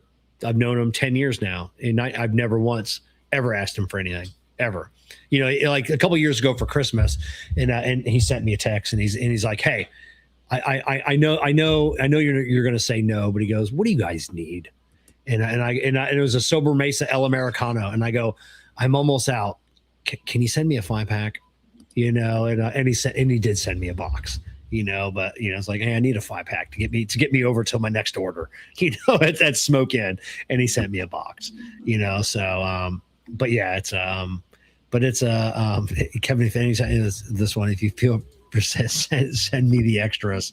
No, I don't have any extras, just what they send me, so Tony's all into boxes. So actually when Juan was on my show right before the Great Smoke, Tony's like, "Hey Juan, I don't need any cigars. Could you just send me an autographed box for my wall?" Yeah. So I got to make Tony. I did bring that up to Juan because Juan was actually working TGS and he was a wild man. So I plan on. I'm reaching out to him tomorrow to check in with him, but I'm gonna give him your information over. Yeah, and I do want to follow up, because a couple of years ago, a couple people had said to me, and one of them was a friend of mine, said, "Oh, it must be nice getting free cigars and just smoking all the time." And I said, "Try it. You know how that works out for you. You want my job? You want to take 3 hours to smoke a cigar, and then you don't even get to enjoy it because you got to take a picture and you got to set up and you got all that, try it. Free cigars is nice, but I'd almost rather pay for them and smoke them at my fucking leisure." That's the thing. So this is what I calculate people out. It's at least an hour and a half to 2 hours to smoke a cigar. If you're smoking 3 for the review, you're looking at 6 hours. My time is worth more than $15 an hour, which is the cost of a cigar. So like they're giving me a 5-pack at $15 a cigar. It's what is that? $75?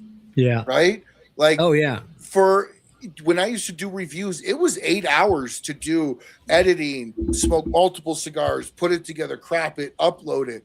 Like, you're losing money. So I was like, you want to smoke free cigars?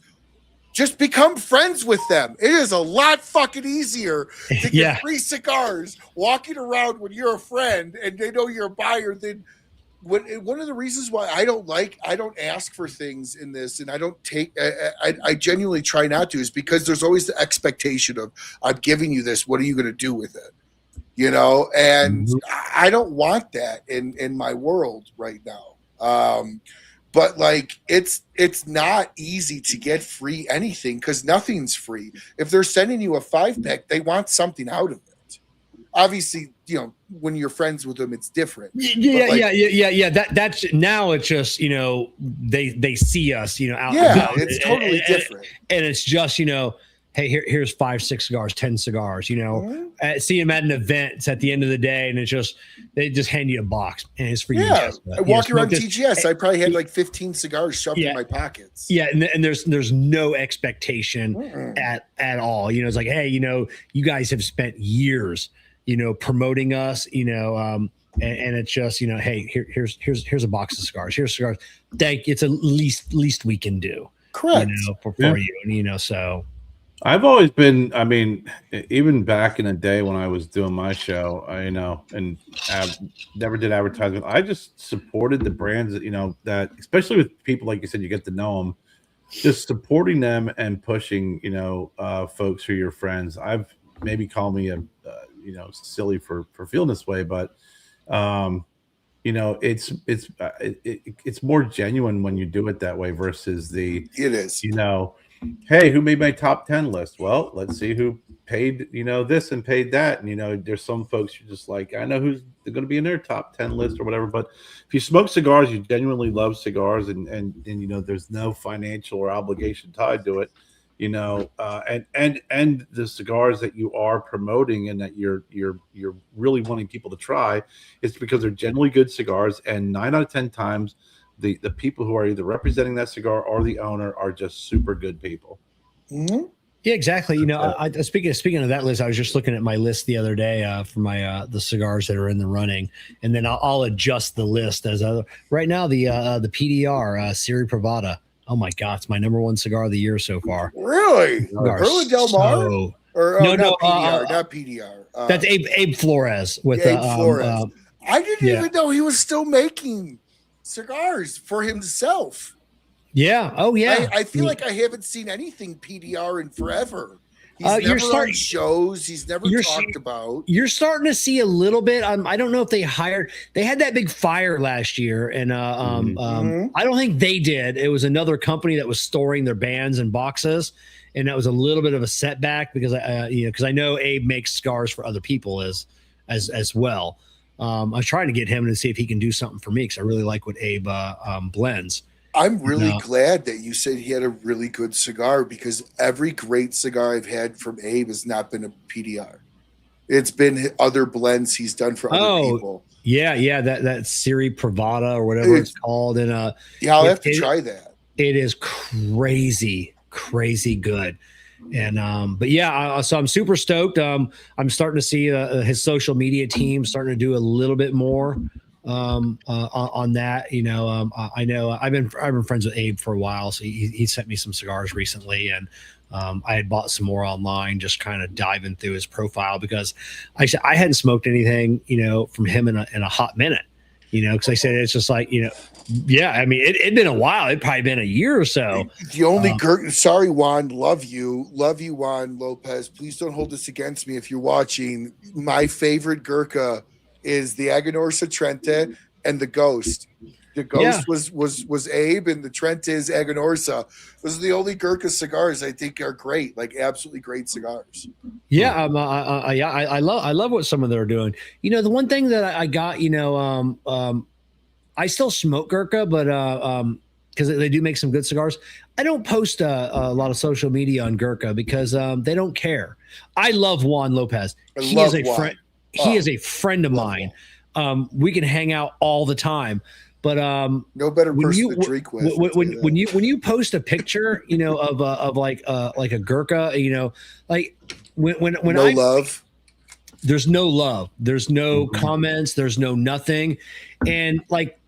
That makes me as someone that relies on social media for part of my income.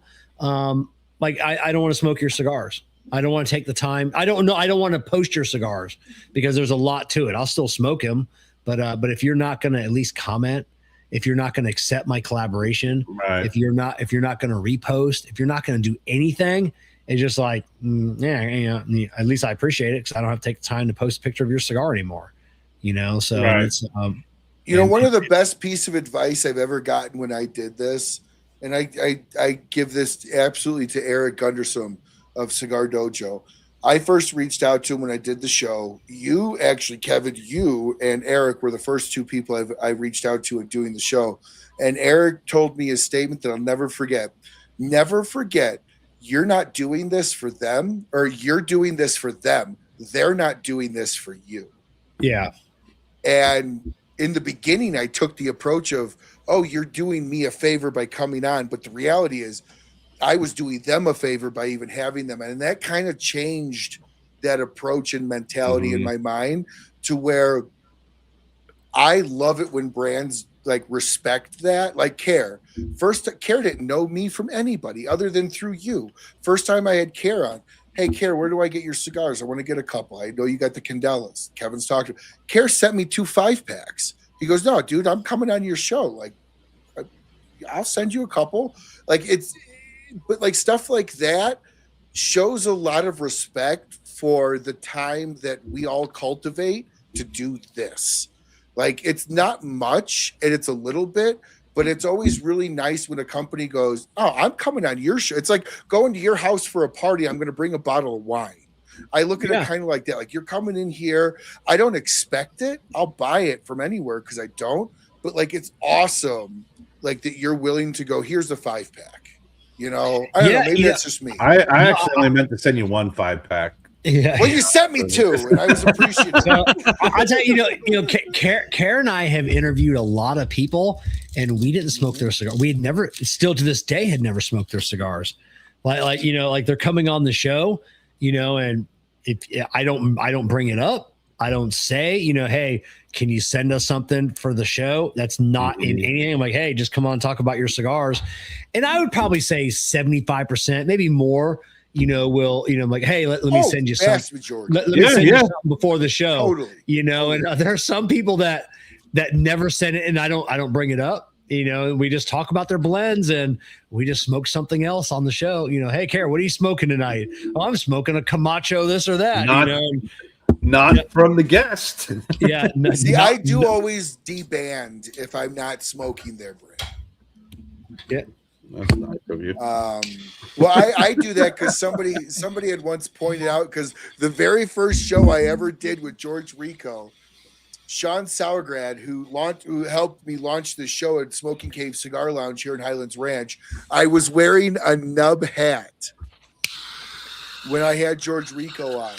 And Sean pulls me aside. He goes, I know you're new in this, but don't wear or smoke another manufacturer's cigar when you interview. If you do smoke a different cigar, unband it out of respect. Yeah. And then you have the, hey, before we bring on our we're talking to our guests, and let's get into the Dunbarton Tobacco and Trust cut and light, Dunbarton Tobacco and Trust, Well, yeah, I do that because that's the event. You tell everybody when you're smoking, but Steve wanted a segment.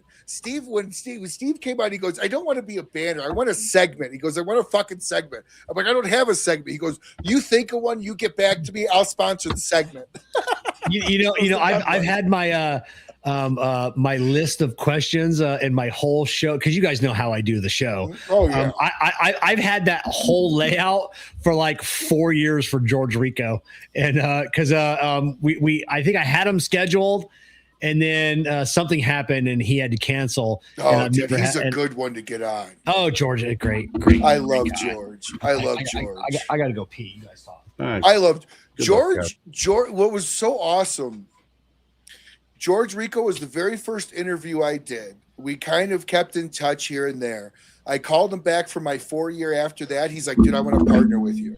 Like stuff like that. Like I did, the friends I've created and cultivated within this industry have been fearless in the sense of how they support the show. And even with you guys, Kerr, I know if I were to call you at any point in time, jump on the show this Thursday, if you could, you'll be there.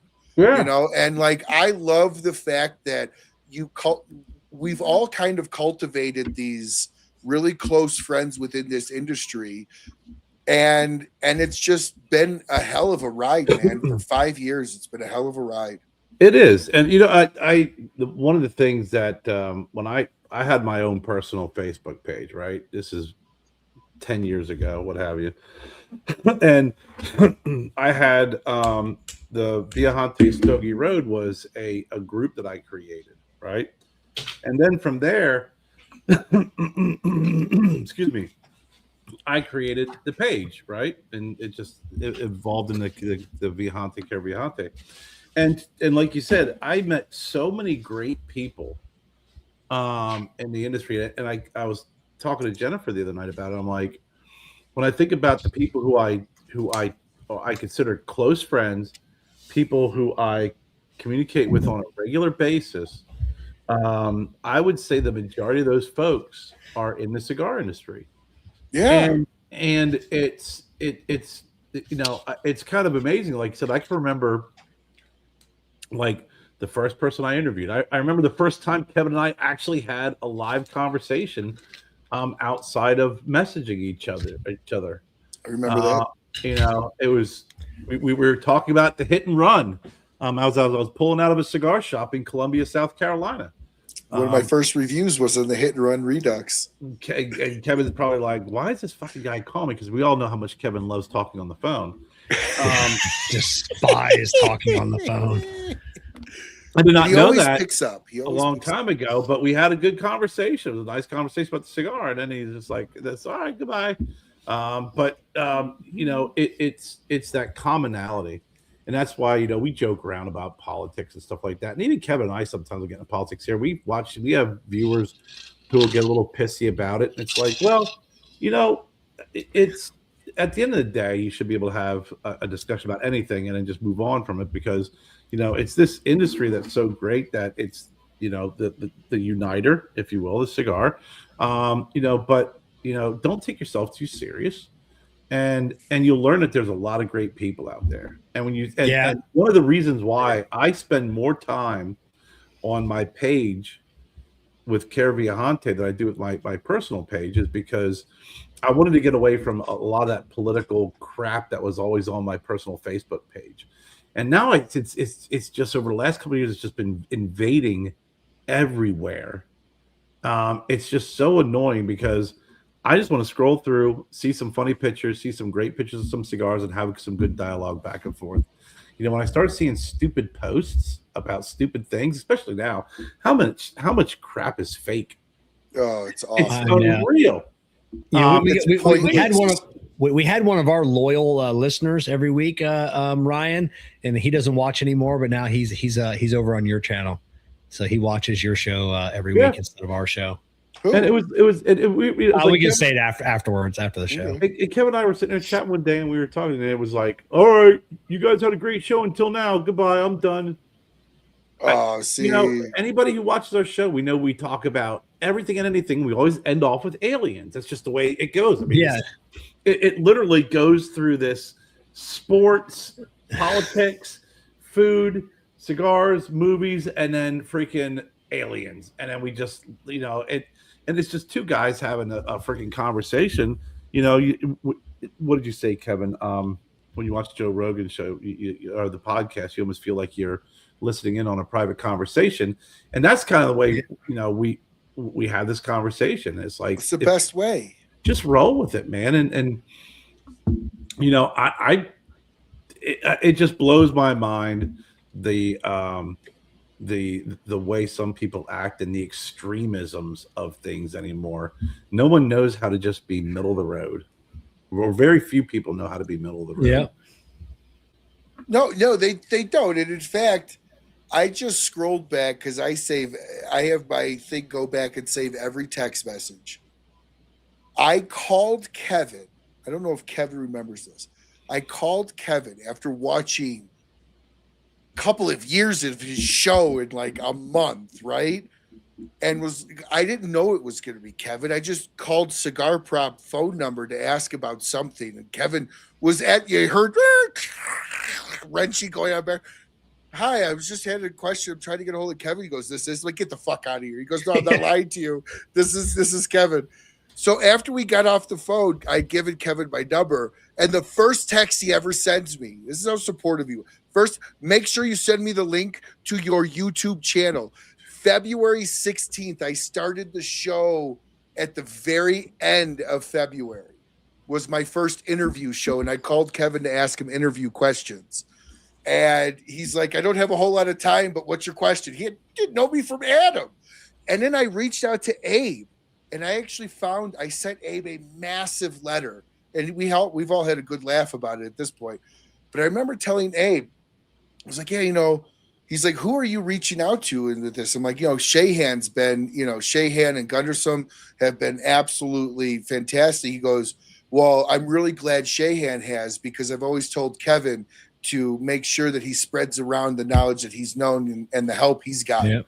Mm-hmm. And so, but just like, again, not knowing me from Adam, Kevin was a huge help in this start, and technically competitor at the same time, and so it's just always been just arms wide open. This is one of the few communities I've ever been in where it's legitimately, you find people that actually root for your success, even though the world might see them as a quote unquote competitor in the space. It's go ahead, Kev. I'm sorry. I was just going to say, I hate answering I hate talking on the phone more than anything else.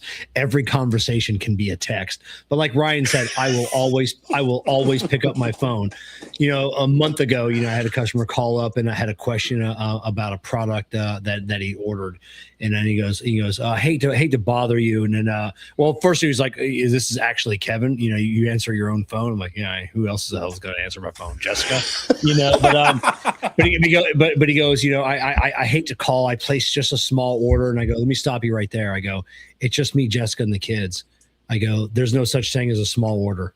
Like we're the definition of a mom and pop company. So I'm like, don't think your order does not mean anything to us because it was small, And the guy was just like, oh my God, So.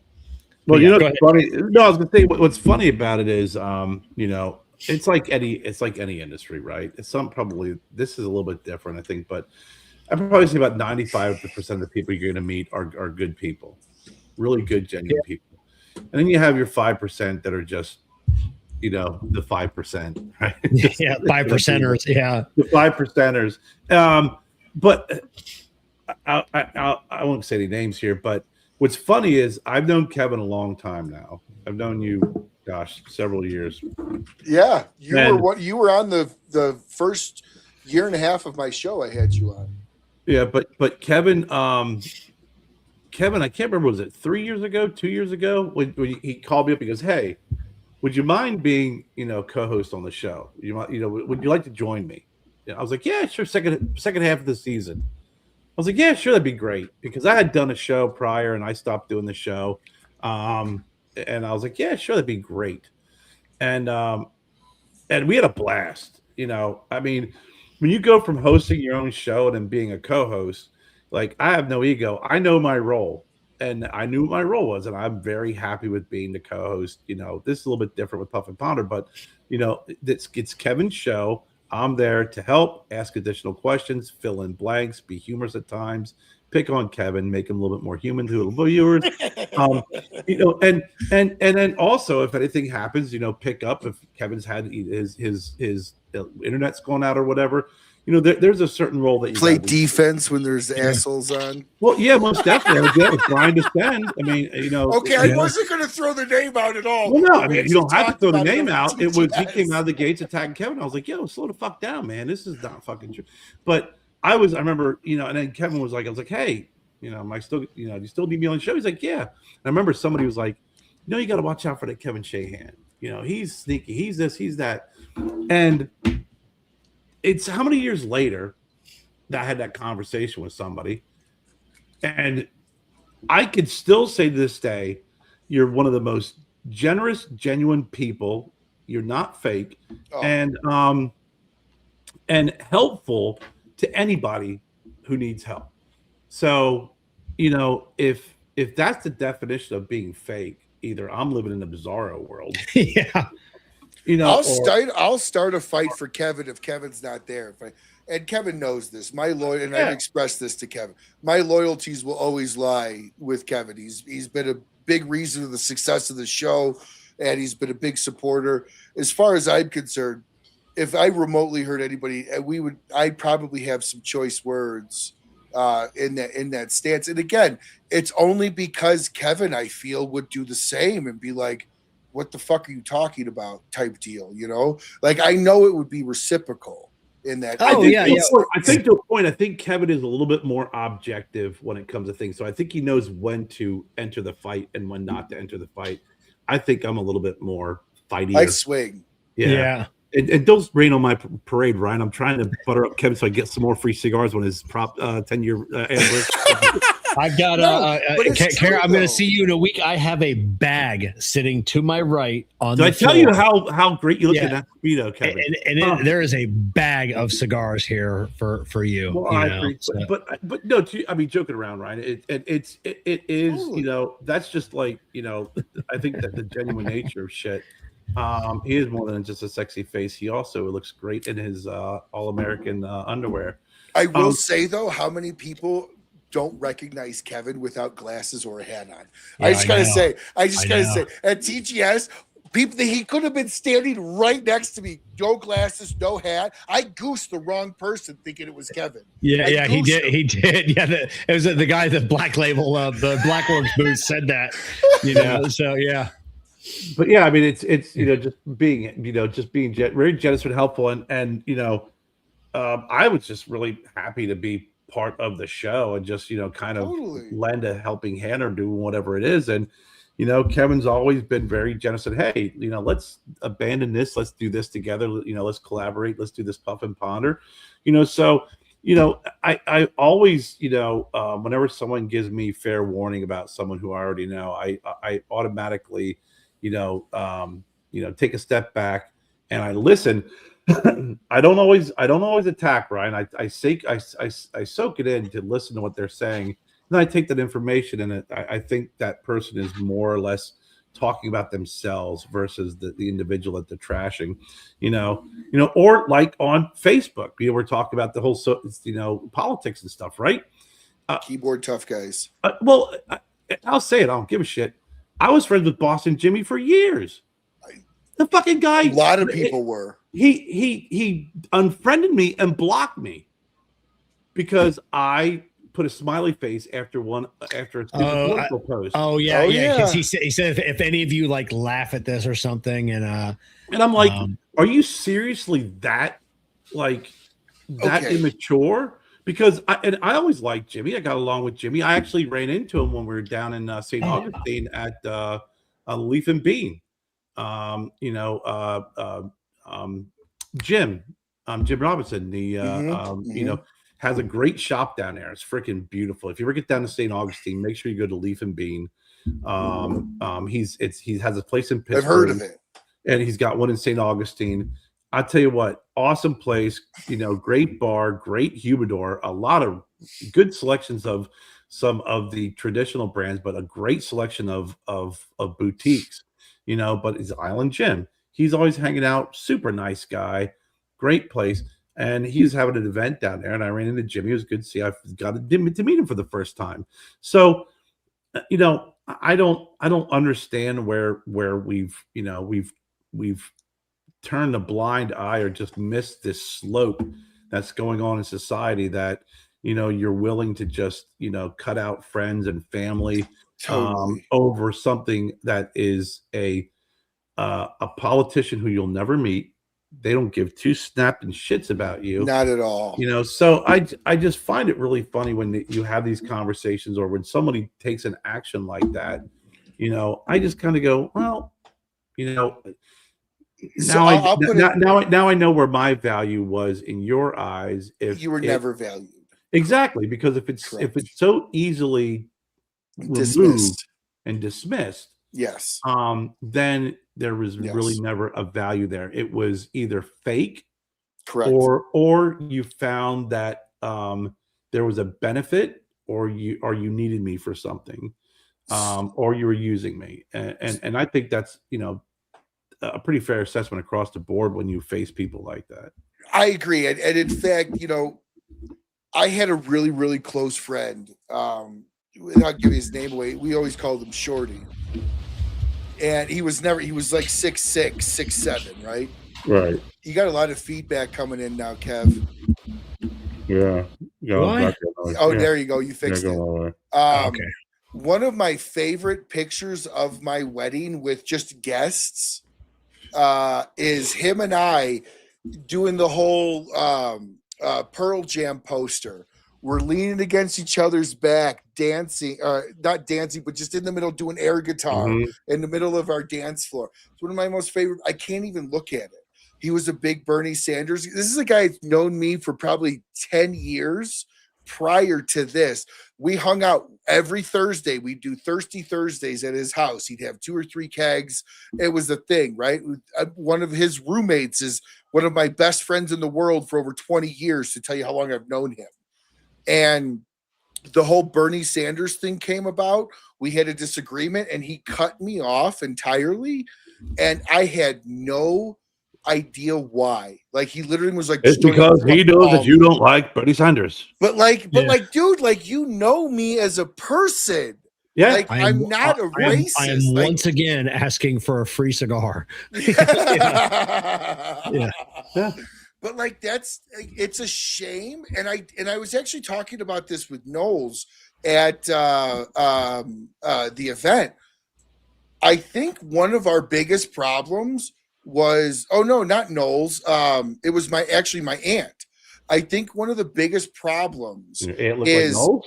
No, my I couldn't remember who I was talking. I couldn't remember who I brought this up with. But my aunt and I were talking about, because my aunt and uncle come up on Sunday to visit me. They live in Vero, or come down. So we were talking, and it's crazy how, like, 50s, 60s, it was don't share anything. 60s, 70s, it was a little bit freer. But as a society, politics and religion is something we don't talk about. And I think we've lost the understanding of even how to broach the subjects, because we don't talk about them at all, right? Like, and I think we've lost the ability. So when we talk about them now, it's angry. It's fuck you. You don't like my guy? Screw you. It becomes sports driven versus intellectual discussion. It is, but because now people's political beliefs or their socioeconomic belief, whatever that is, whatever pronouns, whatever, that is, that becomes your life. It's ingrained. Yes, it is. That's the hill you die on, and you have to accept this. Like, no, there's no such thing as let's have a discussion. No, there's no discussion. Either you believe what I believe in, or we're not friends anymore. Yep. And it's just like, wow, why can't?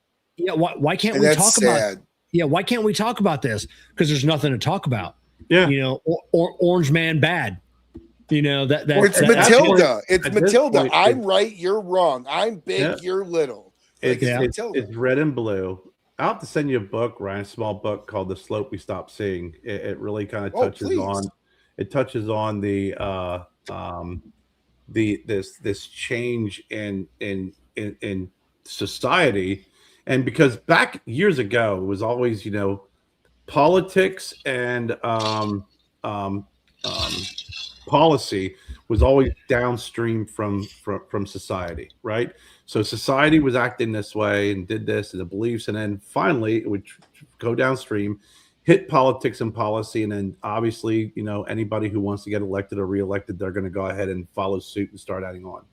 Now with social media, it's not even downstream anymore. It's right next door to each other. That's why you see a lot of these politicians will switch their belief system, and you pull up a video of any of them, what they said 10 years ago, completely different from what they're saying today because it's not popular. And then to Kevin's point, so many people I think are just so fragile that they can't be wrong. That ego.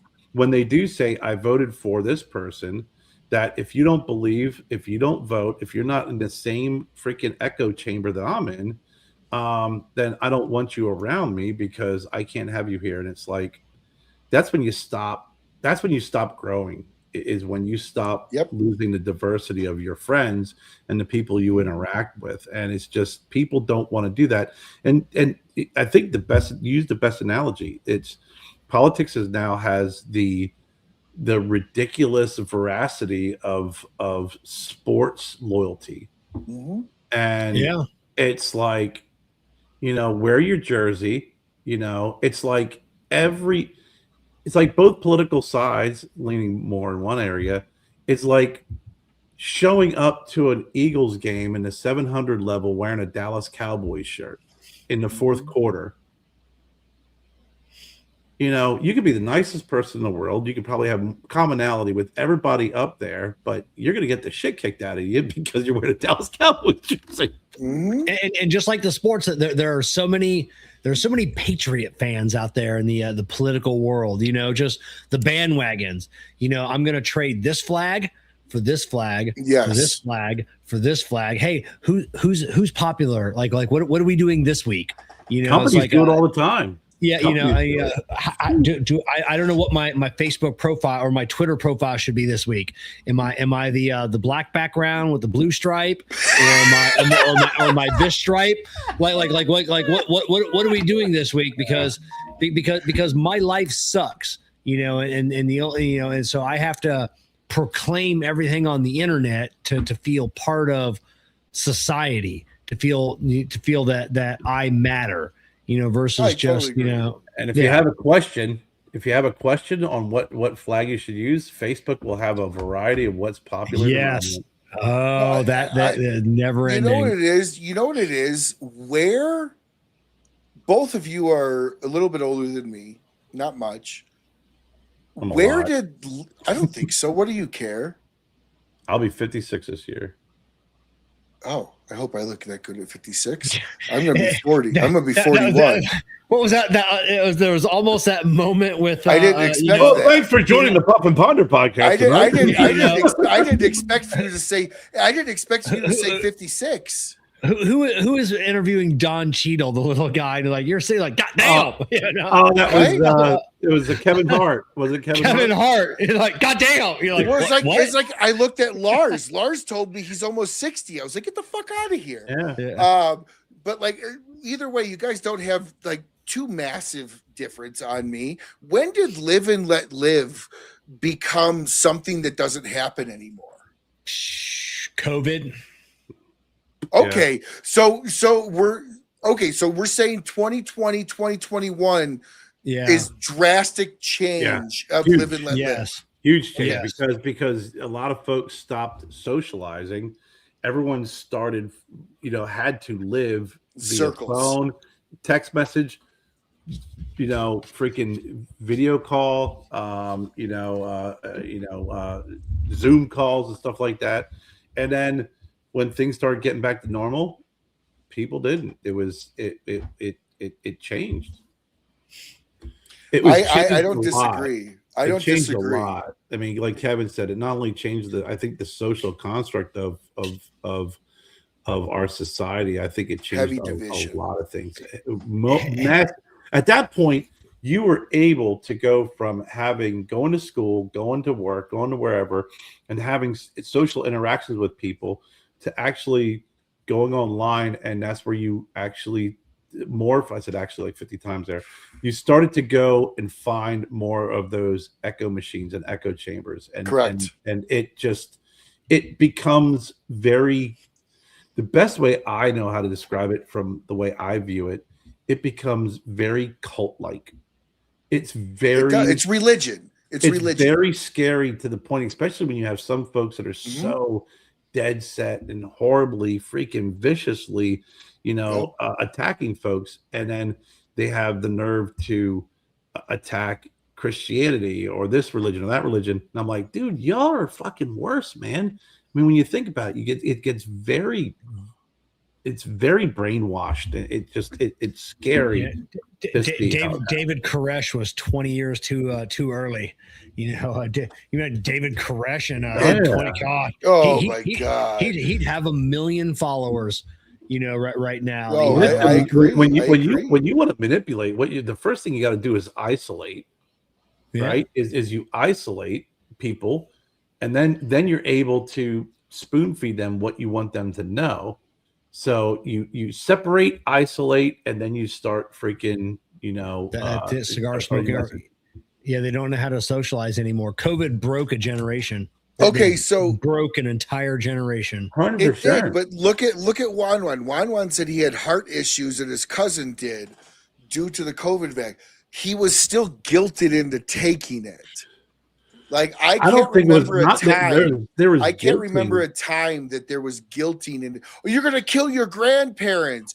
Like my buddy's mom called me out of the blue. Now we're super close, so she was able to do this and get away with it. And I love her still. But she called me out of the blue and she goes, "You must not care too much about your daughter." And I'm like, "What? I think there was Babies aren't getting COVID."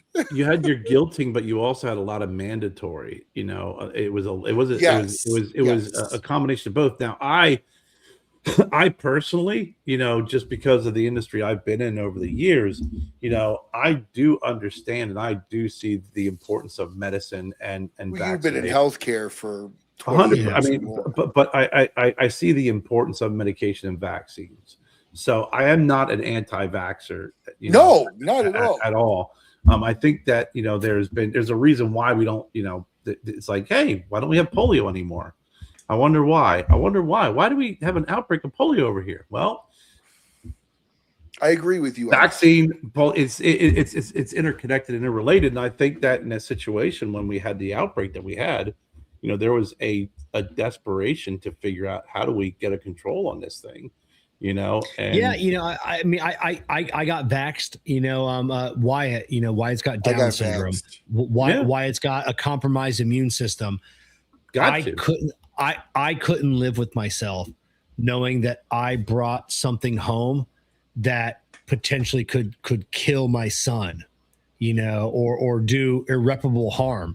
I couldn't live with it. But the vaccine is not 100%. Wan Wan said that he got COVID 3 times. I got COVID as well. I got COVID twice. I COVID once, had it pretty bad. I was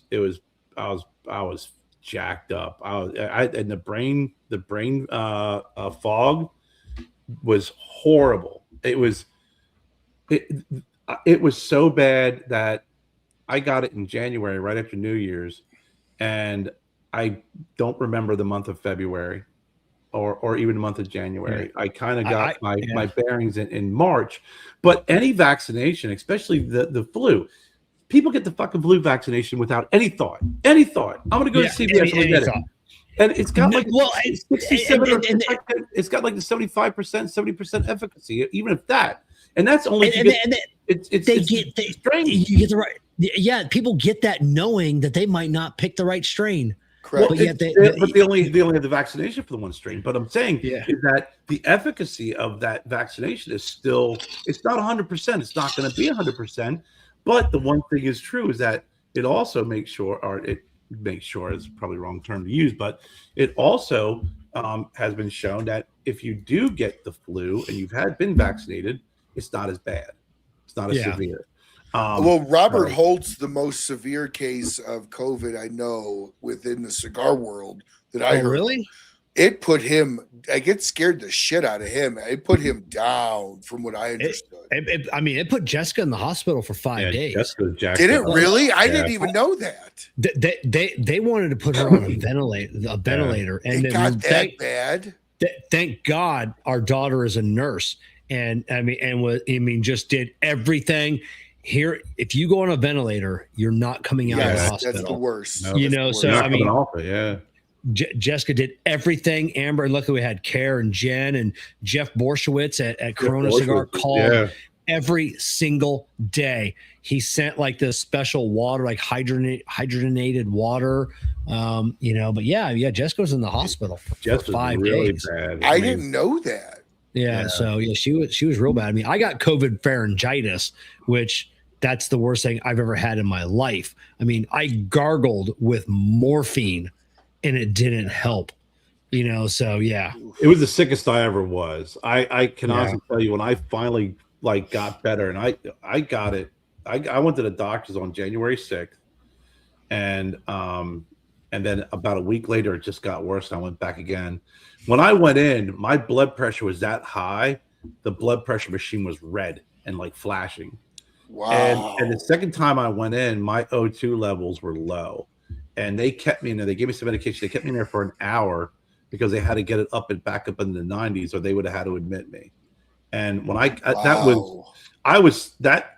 even tell Jennifer, I'm like, I never want to be that sick again because the brain fog, along with being sick, was that scary. The only way I can compare it is when I was in college, we were playing Catholic University, and I hit a guy, and it was at the end of the game. And I don't remember anything after that point until 9 o'clock that night. I remember nothing. You got run. Yeah. It was one of those Earl Campbell things where we hit head on. Ooh. And he rolled off into the end zone, and I kept playing. I didn't know. And concussion protocols back then at a Division III school was kind of like it was rub some dirt on it. Here's the salt. It was hey, Kerr. Yeah, he knows who he is. You know. So that was our concussion protocol. No, actually, I shit you not, Ryan. The concussion protocol was after the game. The trainer looked at the one my roommate who was playing with me. He goes, "Hey, just make sure he doesn't fall asleep because he may not wake up." So I remember at 9 o'clock at night. The next thing I remember is I'm sitting there in my bed, and I look up, and my roommate's sitting there looking at me drinking a beer. I'm like, "What are you doing?" He goes, "I'm making sure you don't fall asleep, you asshole." And that was. Is that still a thing? Is that still a thing here? It is. Oh, is it okay that you don't fall asleep? I didn't know if that was like you don't know if your symptoms are getting worse. You know, you're asleep. So okay. I didn't know if that was still a thing. It's brain swelling and brain bleeding. You could definitely freaking not wake up. So that's the only. But now that moment from like 3 o'clock in the afternoon until 9 o'clock at night. I experienced that from mid-January until the end of February.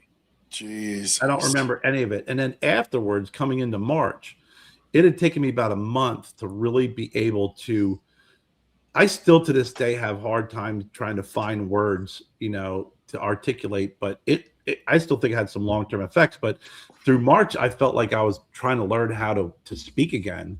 It was pretty bad. Yeah, Jessica took a year off work.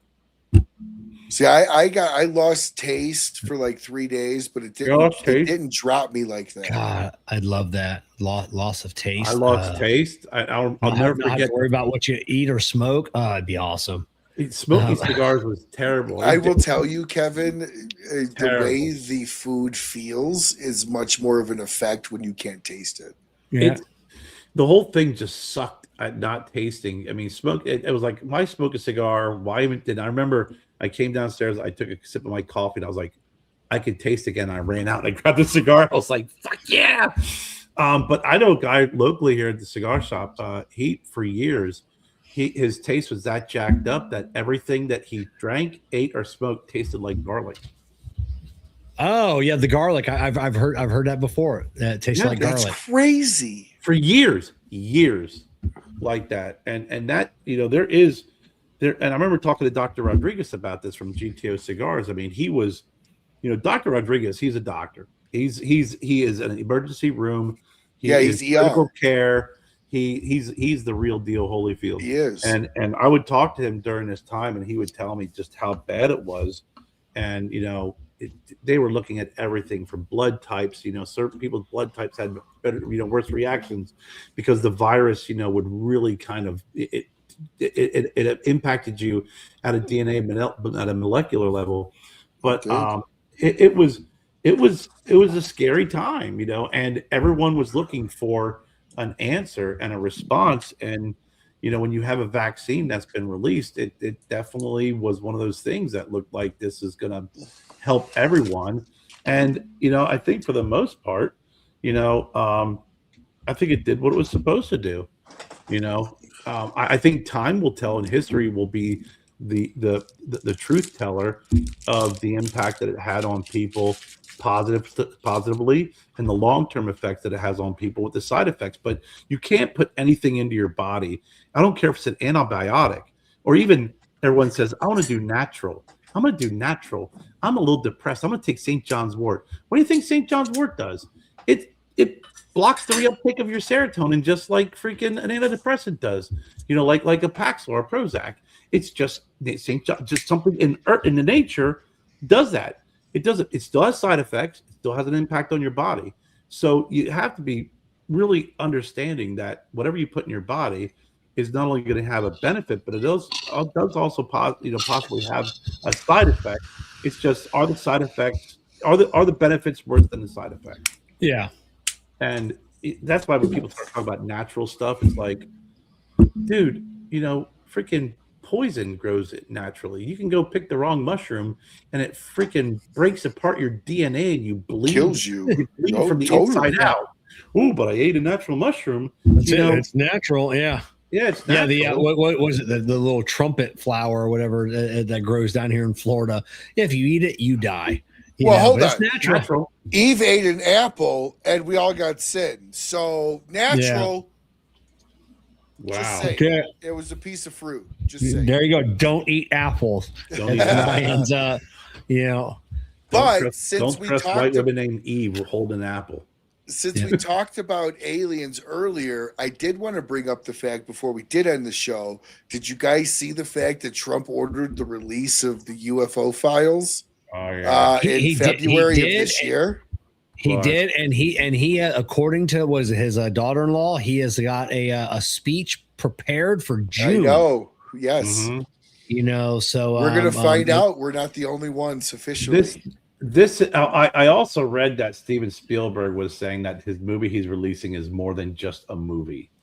Yeah. Oh, that's they contacted Spielberg about it. Oh, I didn't even know he had a new movie coming out. You haven't seen the preview for Disclosure? No, I don't have TV. Oh my God! You've got to watch. You got to go on YouTube and watch now. It's called Disclosure. It's called Disclosure. I will watch it. It's because we've got. I'm sorry about that. Sorry, he said he passed away. His cousin passed away. Sorry. So that's sorry to hear about that, brother. So we've got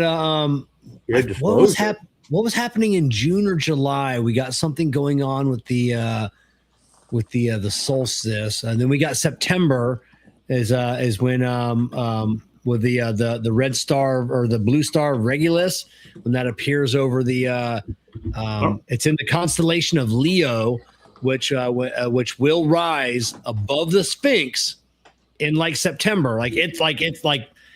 And if there is a dust storm in Egypt at that time, that blue star or the white star will appear red on the horizon right above the Sphinx, and that's when society changes. So that's the prophecy. Now that's really going to happen. That star, that is when on this particular day, it's in the constellation Leo. It is going to appear directly above the Sphinx on the horizon. So that's a lock. It's going to be. Isn't there supposed to be a comet or a meteor coming that's going to fly below our satellites, in between the satellites? Yes. I forget when that's coming. That's a few years. Isn't there one that's coming like thousands of feet from the Earth or something? Well, that's the one. It's hundreds of thousands of miles. Yeah, thousands of miles. Yes, it's basically going to fly below the orbit of our solar system,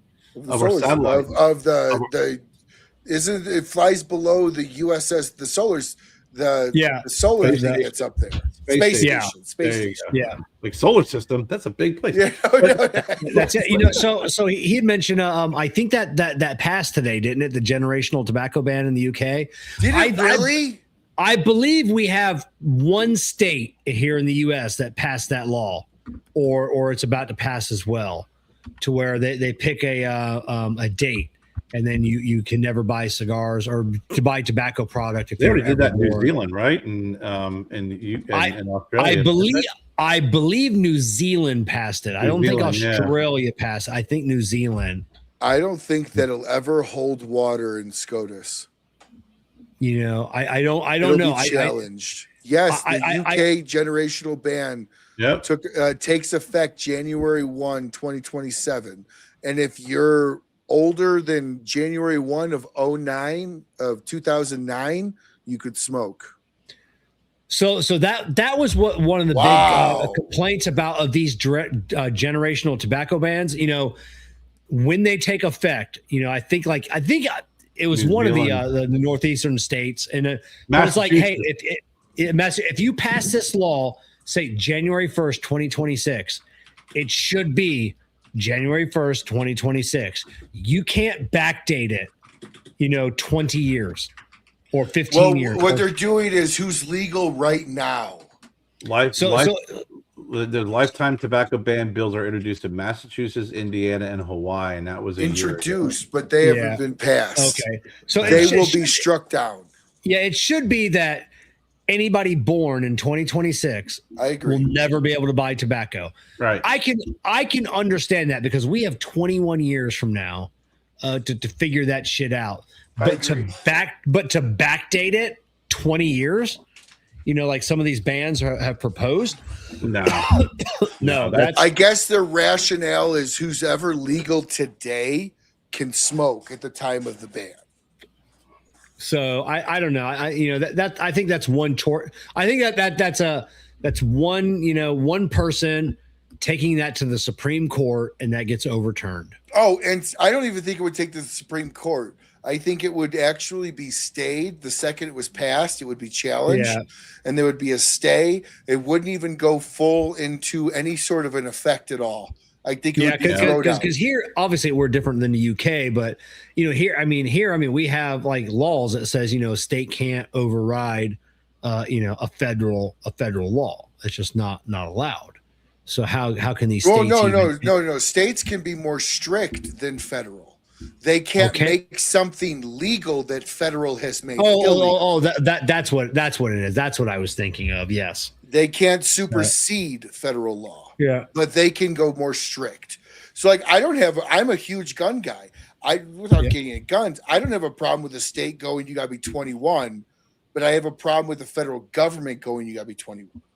Because it should be left up to the states. But when it comes to a generational ban, it's going to be argued, like, why not ban alcohol? Alcohol single-handedly, and I don't give a shit about what anybody says, alcohol single-handedly has killed, destroyed, maimed, and ruined more lives in its history of birth than any other drug on the planet. My cold, dead hands. Oh, dude, I'm right with you. I'm right with you. But what's funny is when you talk about these different bans on cigars, it says, I just real quick just said something like, but there's more local governments are actually implementing these bans in Massachusetts and California. But to your point, Ryan, right? You have, you won't see the Winston Cup anymore, right? Because cigarettes, they're bad, and smoking cigarettes is bad, but they don't mind, different vodkas and tequilas.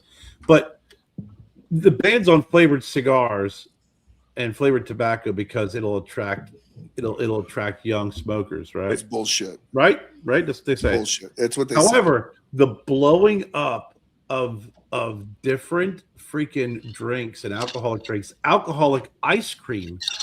You have alcohol ice cream, and it's like, hey, there's a gallon of freaking tequila, freaking chocolate, freaking monkey over there. That's perfectly fine. That's not going to attract any kids to want to eat any freaking alcohol ice cream. But yet, a freaking flavored cigar is. So alcohol just seems to be blowing up even more and more and more and more. And I think in the next 5 years, you're going to probably see some people hammering it, because they're right now. I mean, the THC drinks are blowing up, and I think everyone's desperately scrambling to try and regulate the THC drinks. They're in Colorado. They're already very regulated. Yeah, Colorado is the only state when the laws passed. Well, Colorado is the only state when it was passed. I don't know beyond this, if any others, but like California was the first state to make it legal for marijuana at the bill level. Mm-hmm. Okay, so it was just a bill. Colorado actually, from what I understand, wrote it into their state constitution, which made Colorado a different form of legalizing marijuana. Because if it's just a bill, the AG, the Attorney General for the state, does not have to actually argue or defend the state when it's just a bill. The state would just remove the bill. But because Colorado actually has marijuana written into their state constitution, from what I understand, the AG actually would have to sue the federal government if the federal government ever came after Colorado with any sort of cease and desist on marijuana. But when you go into a dispensary here in Colorado, all the drinks are heavily regulated. It's one drink is usually 10 milligrams of THC, which what they say is the equivalent of one pull off of a pipe of marijuana. Okay, I was going to ask you that. What the I don't know what the that's what they say. That's what they say. One drag off of a bowl is the equivalent of ingesting 10 milligrams of THC. Oh, okay. So when you buy a cartridge of oil, you can only buy 8 cartridges because they equate one single cartridge to an eighth of pot. Oh, okay. You can only legally buy 1 ounce of marijuana a day in the state of Colorado. That's it. Okay. Well, they limited that, Kerr, because when they first had it on, that's a lot though. An ounce a day. When they first had it though, they limited it. So when they first had it, out-of-state residents were limited to 1 ounce. In-state residents had no limit. So what they were finding is in-state residents were buying pounds at a time and taking them over state borders. Well, yeah, they learned the hard way. Once they opened up Pandora's box, they realized, oh shit, we got to freaking regulate this because we done fucked up. But at the same time, I can buy 10 kegs and take them anywhere I want. Yeah, it's the same equivalency. Yeah, I mean, you don't see too many high people freaking getting into fights at a bar. Robin Williams had the greatest explanation on this in his live. I think it was his live on Broadway or live in Vegas, where he had the table full of water bottles. And Yeah. And he goes into like the marijuana commercial where it shows him driving through McDonald's. He goes, the only reason why I would ever get off the fucking couch if I'm stoned is because I knew there was a giant Hershey bar wherever I was going. Mm-hmm. But like, it's a different mentality. People look at marijuana as but alcohol and marijuana have been so ingrained in our system. The very first legal crop you were forced to grow in this country was hemp. If you were able to grow hemp, you were required to grow hemp. That was one of the very first crop forcing grow laws. The original Declaration of Independence, the original Declaration of Independence and Constitution are written on hemp paper. The original boat ropes were hemp. Yep. Yeah, it was the non-THC hemp. Tobacco. All back in those days, hemp still had THC. Hemp still has a level of THC. Yeah, it's just now we're able to genetically remove the THC to grow just straight hemp. But back in the days, the original drugs of this country, if you're going to label them that, was alcohol, hemp, and tobacco. That was it. Those 3 things, without those 3 things, we really wouldn't have the country we have, especially tobacco. We were the largest tobacco grower in the world, and now we hate tobacco. Yeah. You know, we are the country that made alcohol transportable. Without the pale ale, the Budweiser, the original pale ale, beer was not transferable in long distances. It was local grown. It was local stuff. It was within 30, 40, 50 miles of the distillery or the factory. It wasn't until we created the pale ale that allowed us to actually ship it all over the world.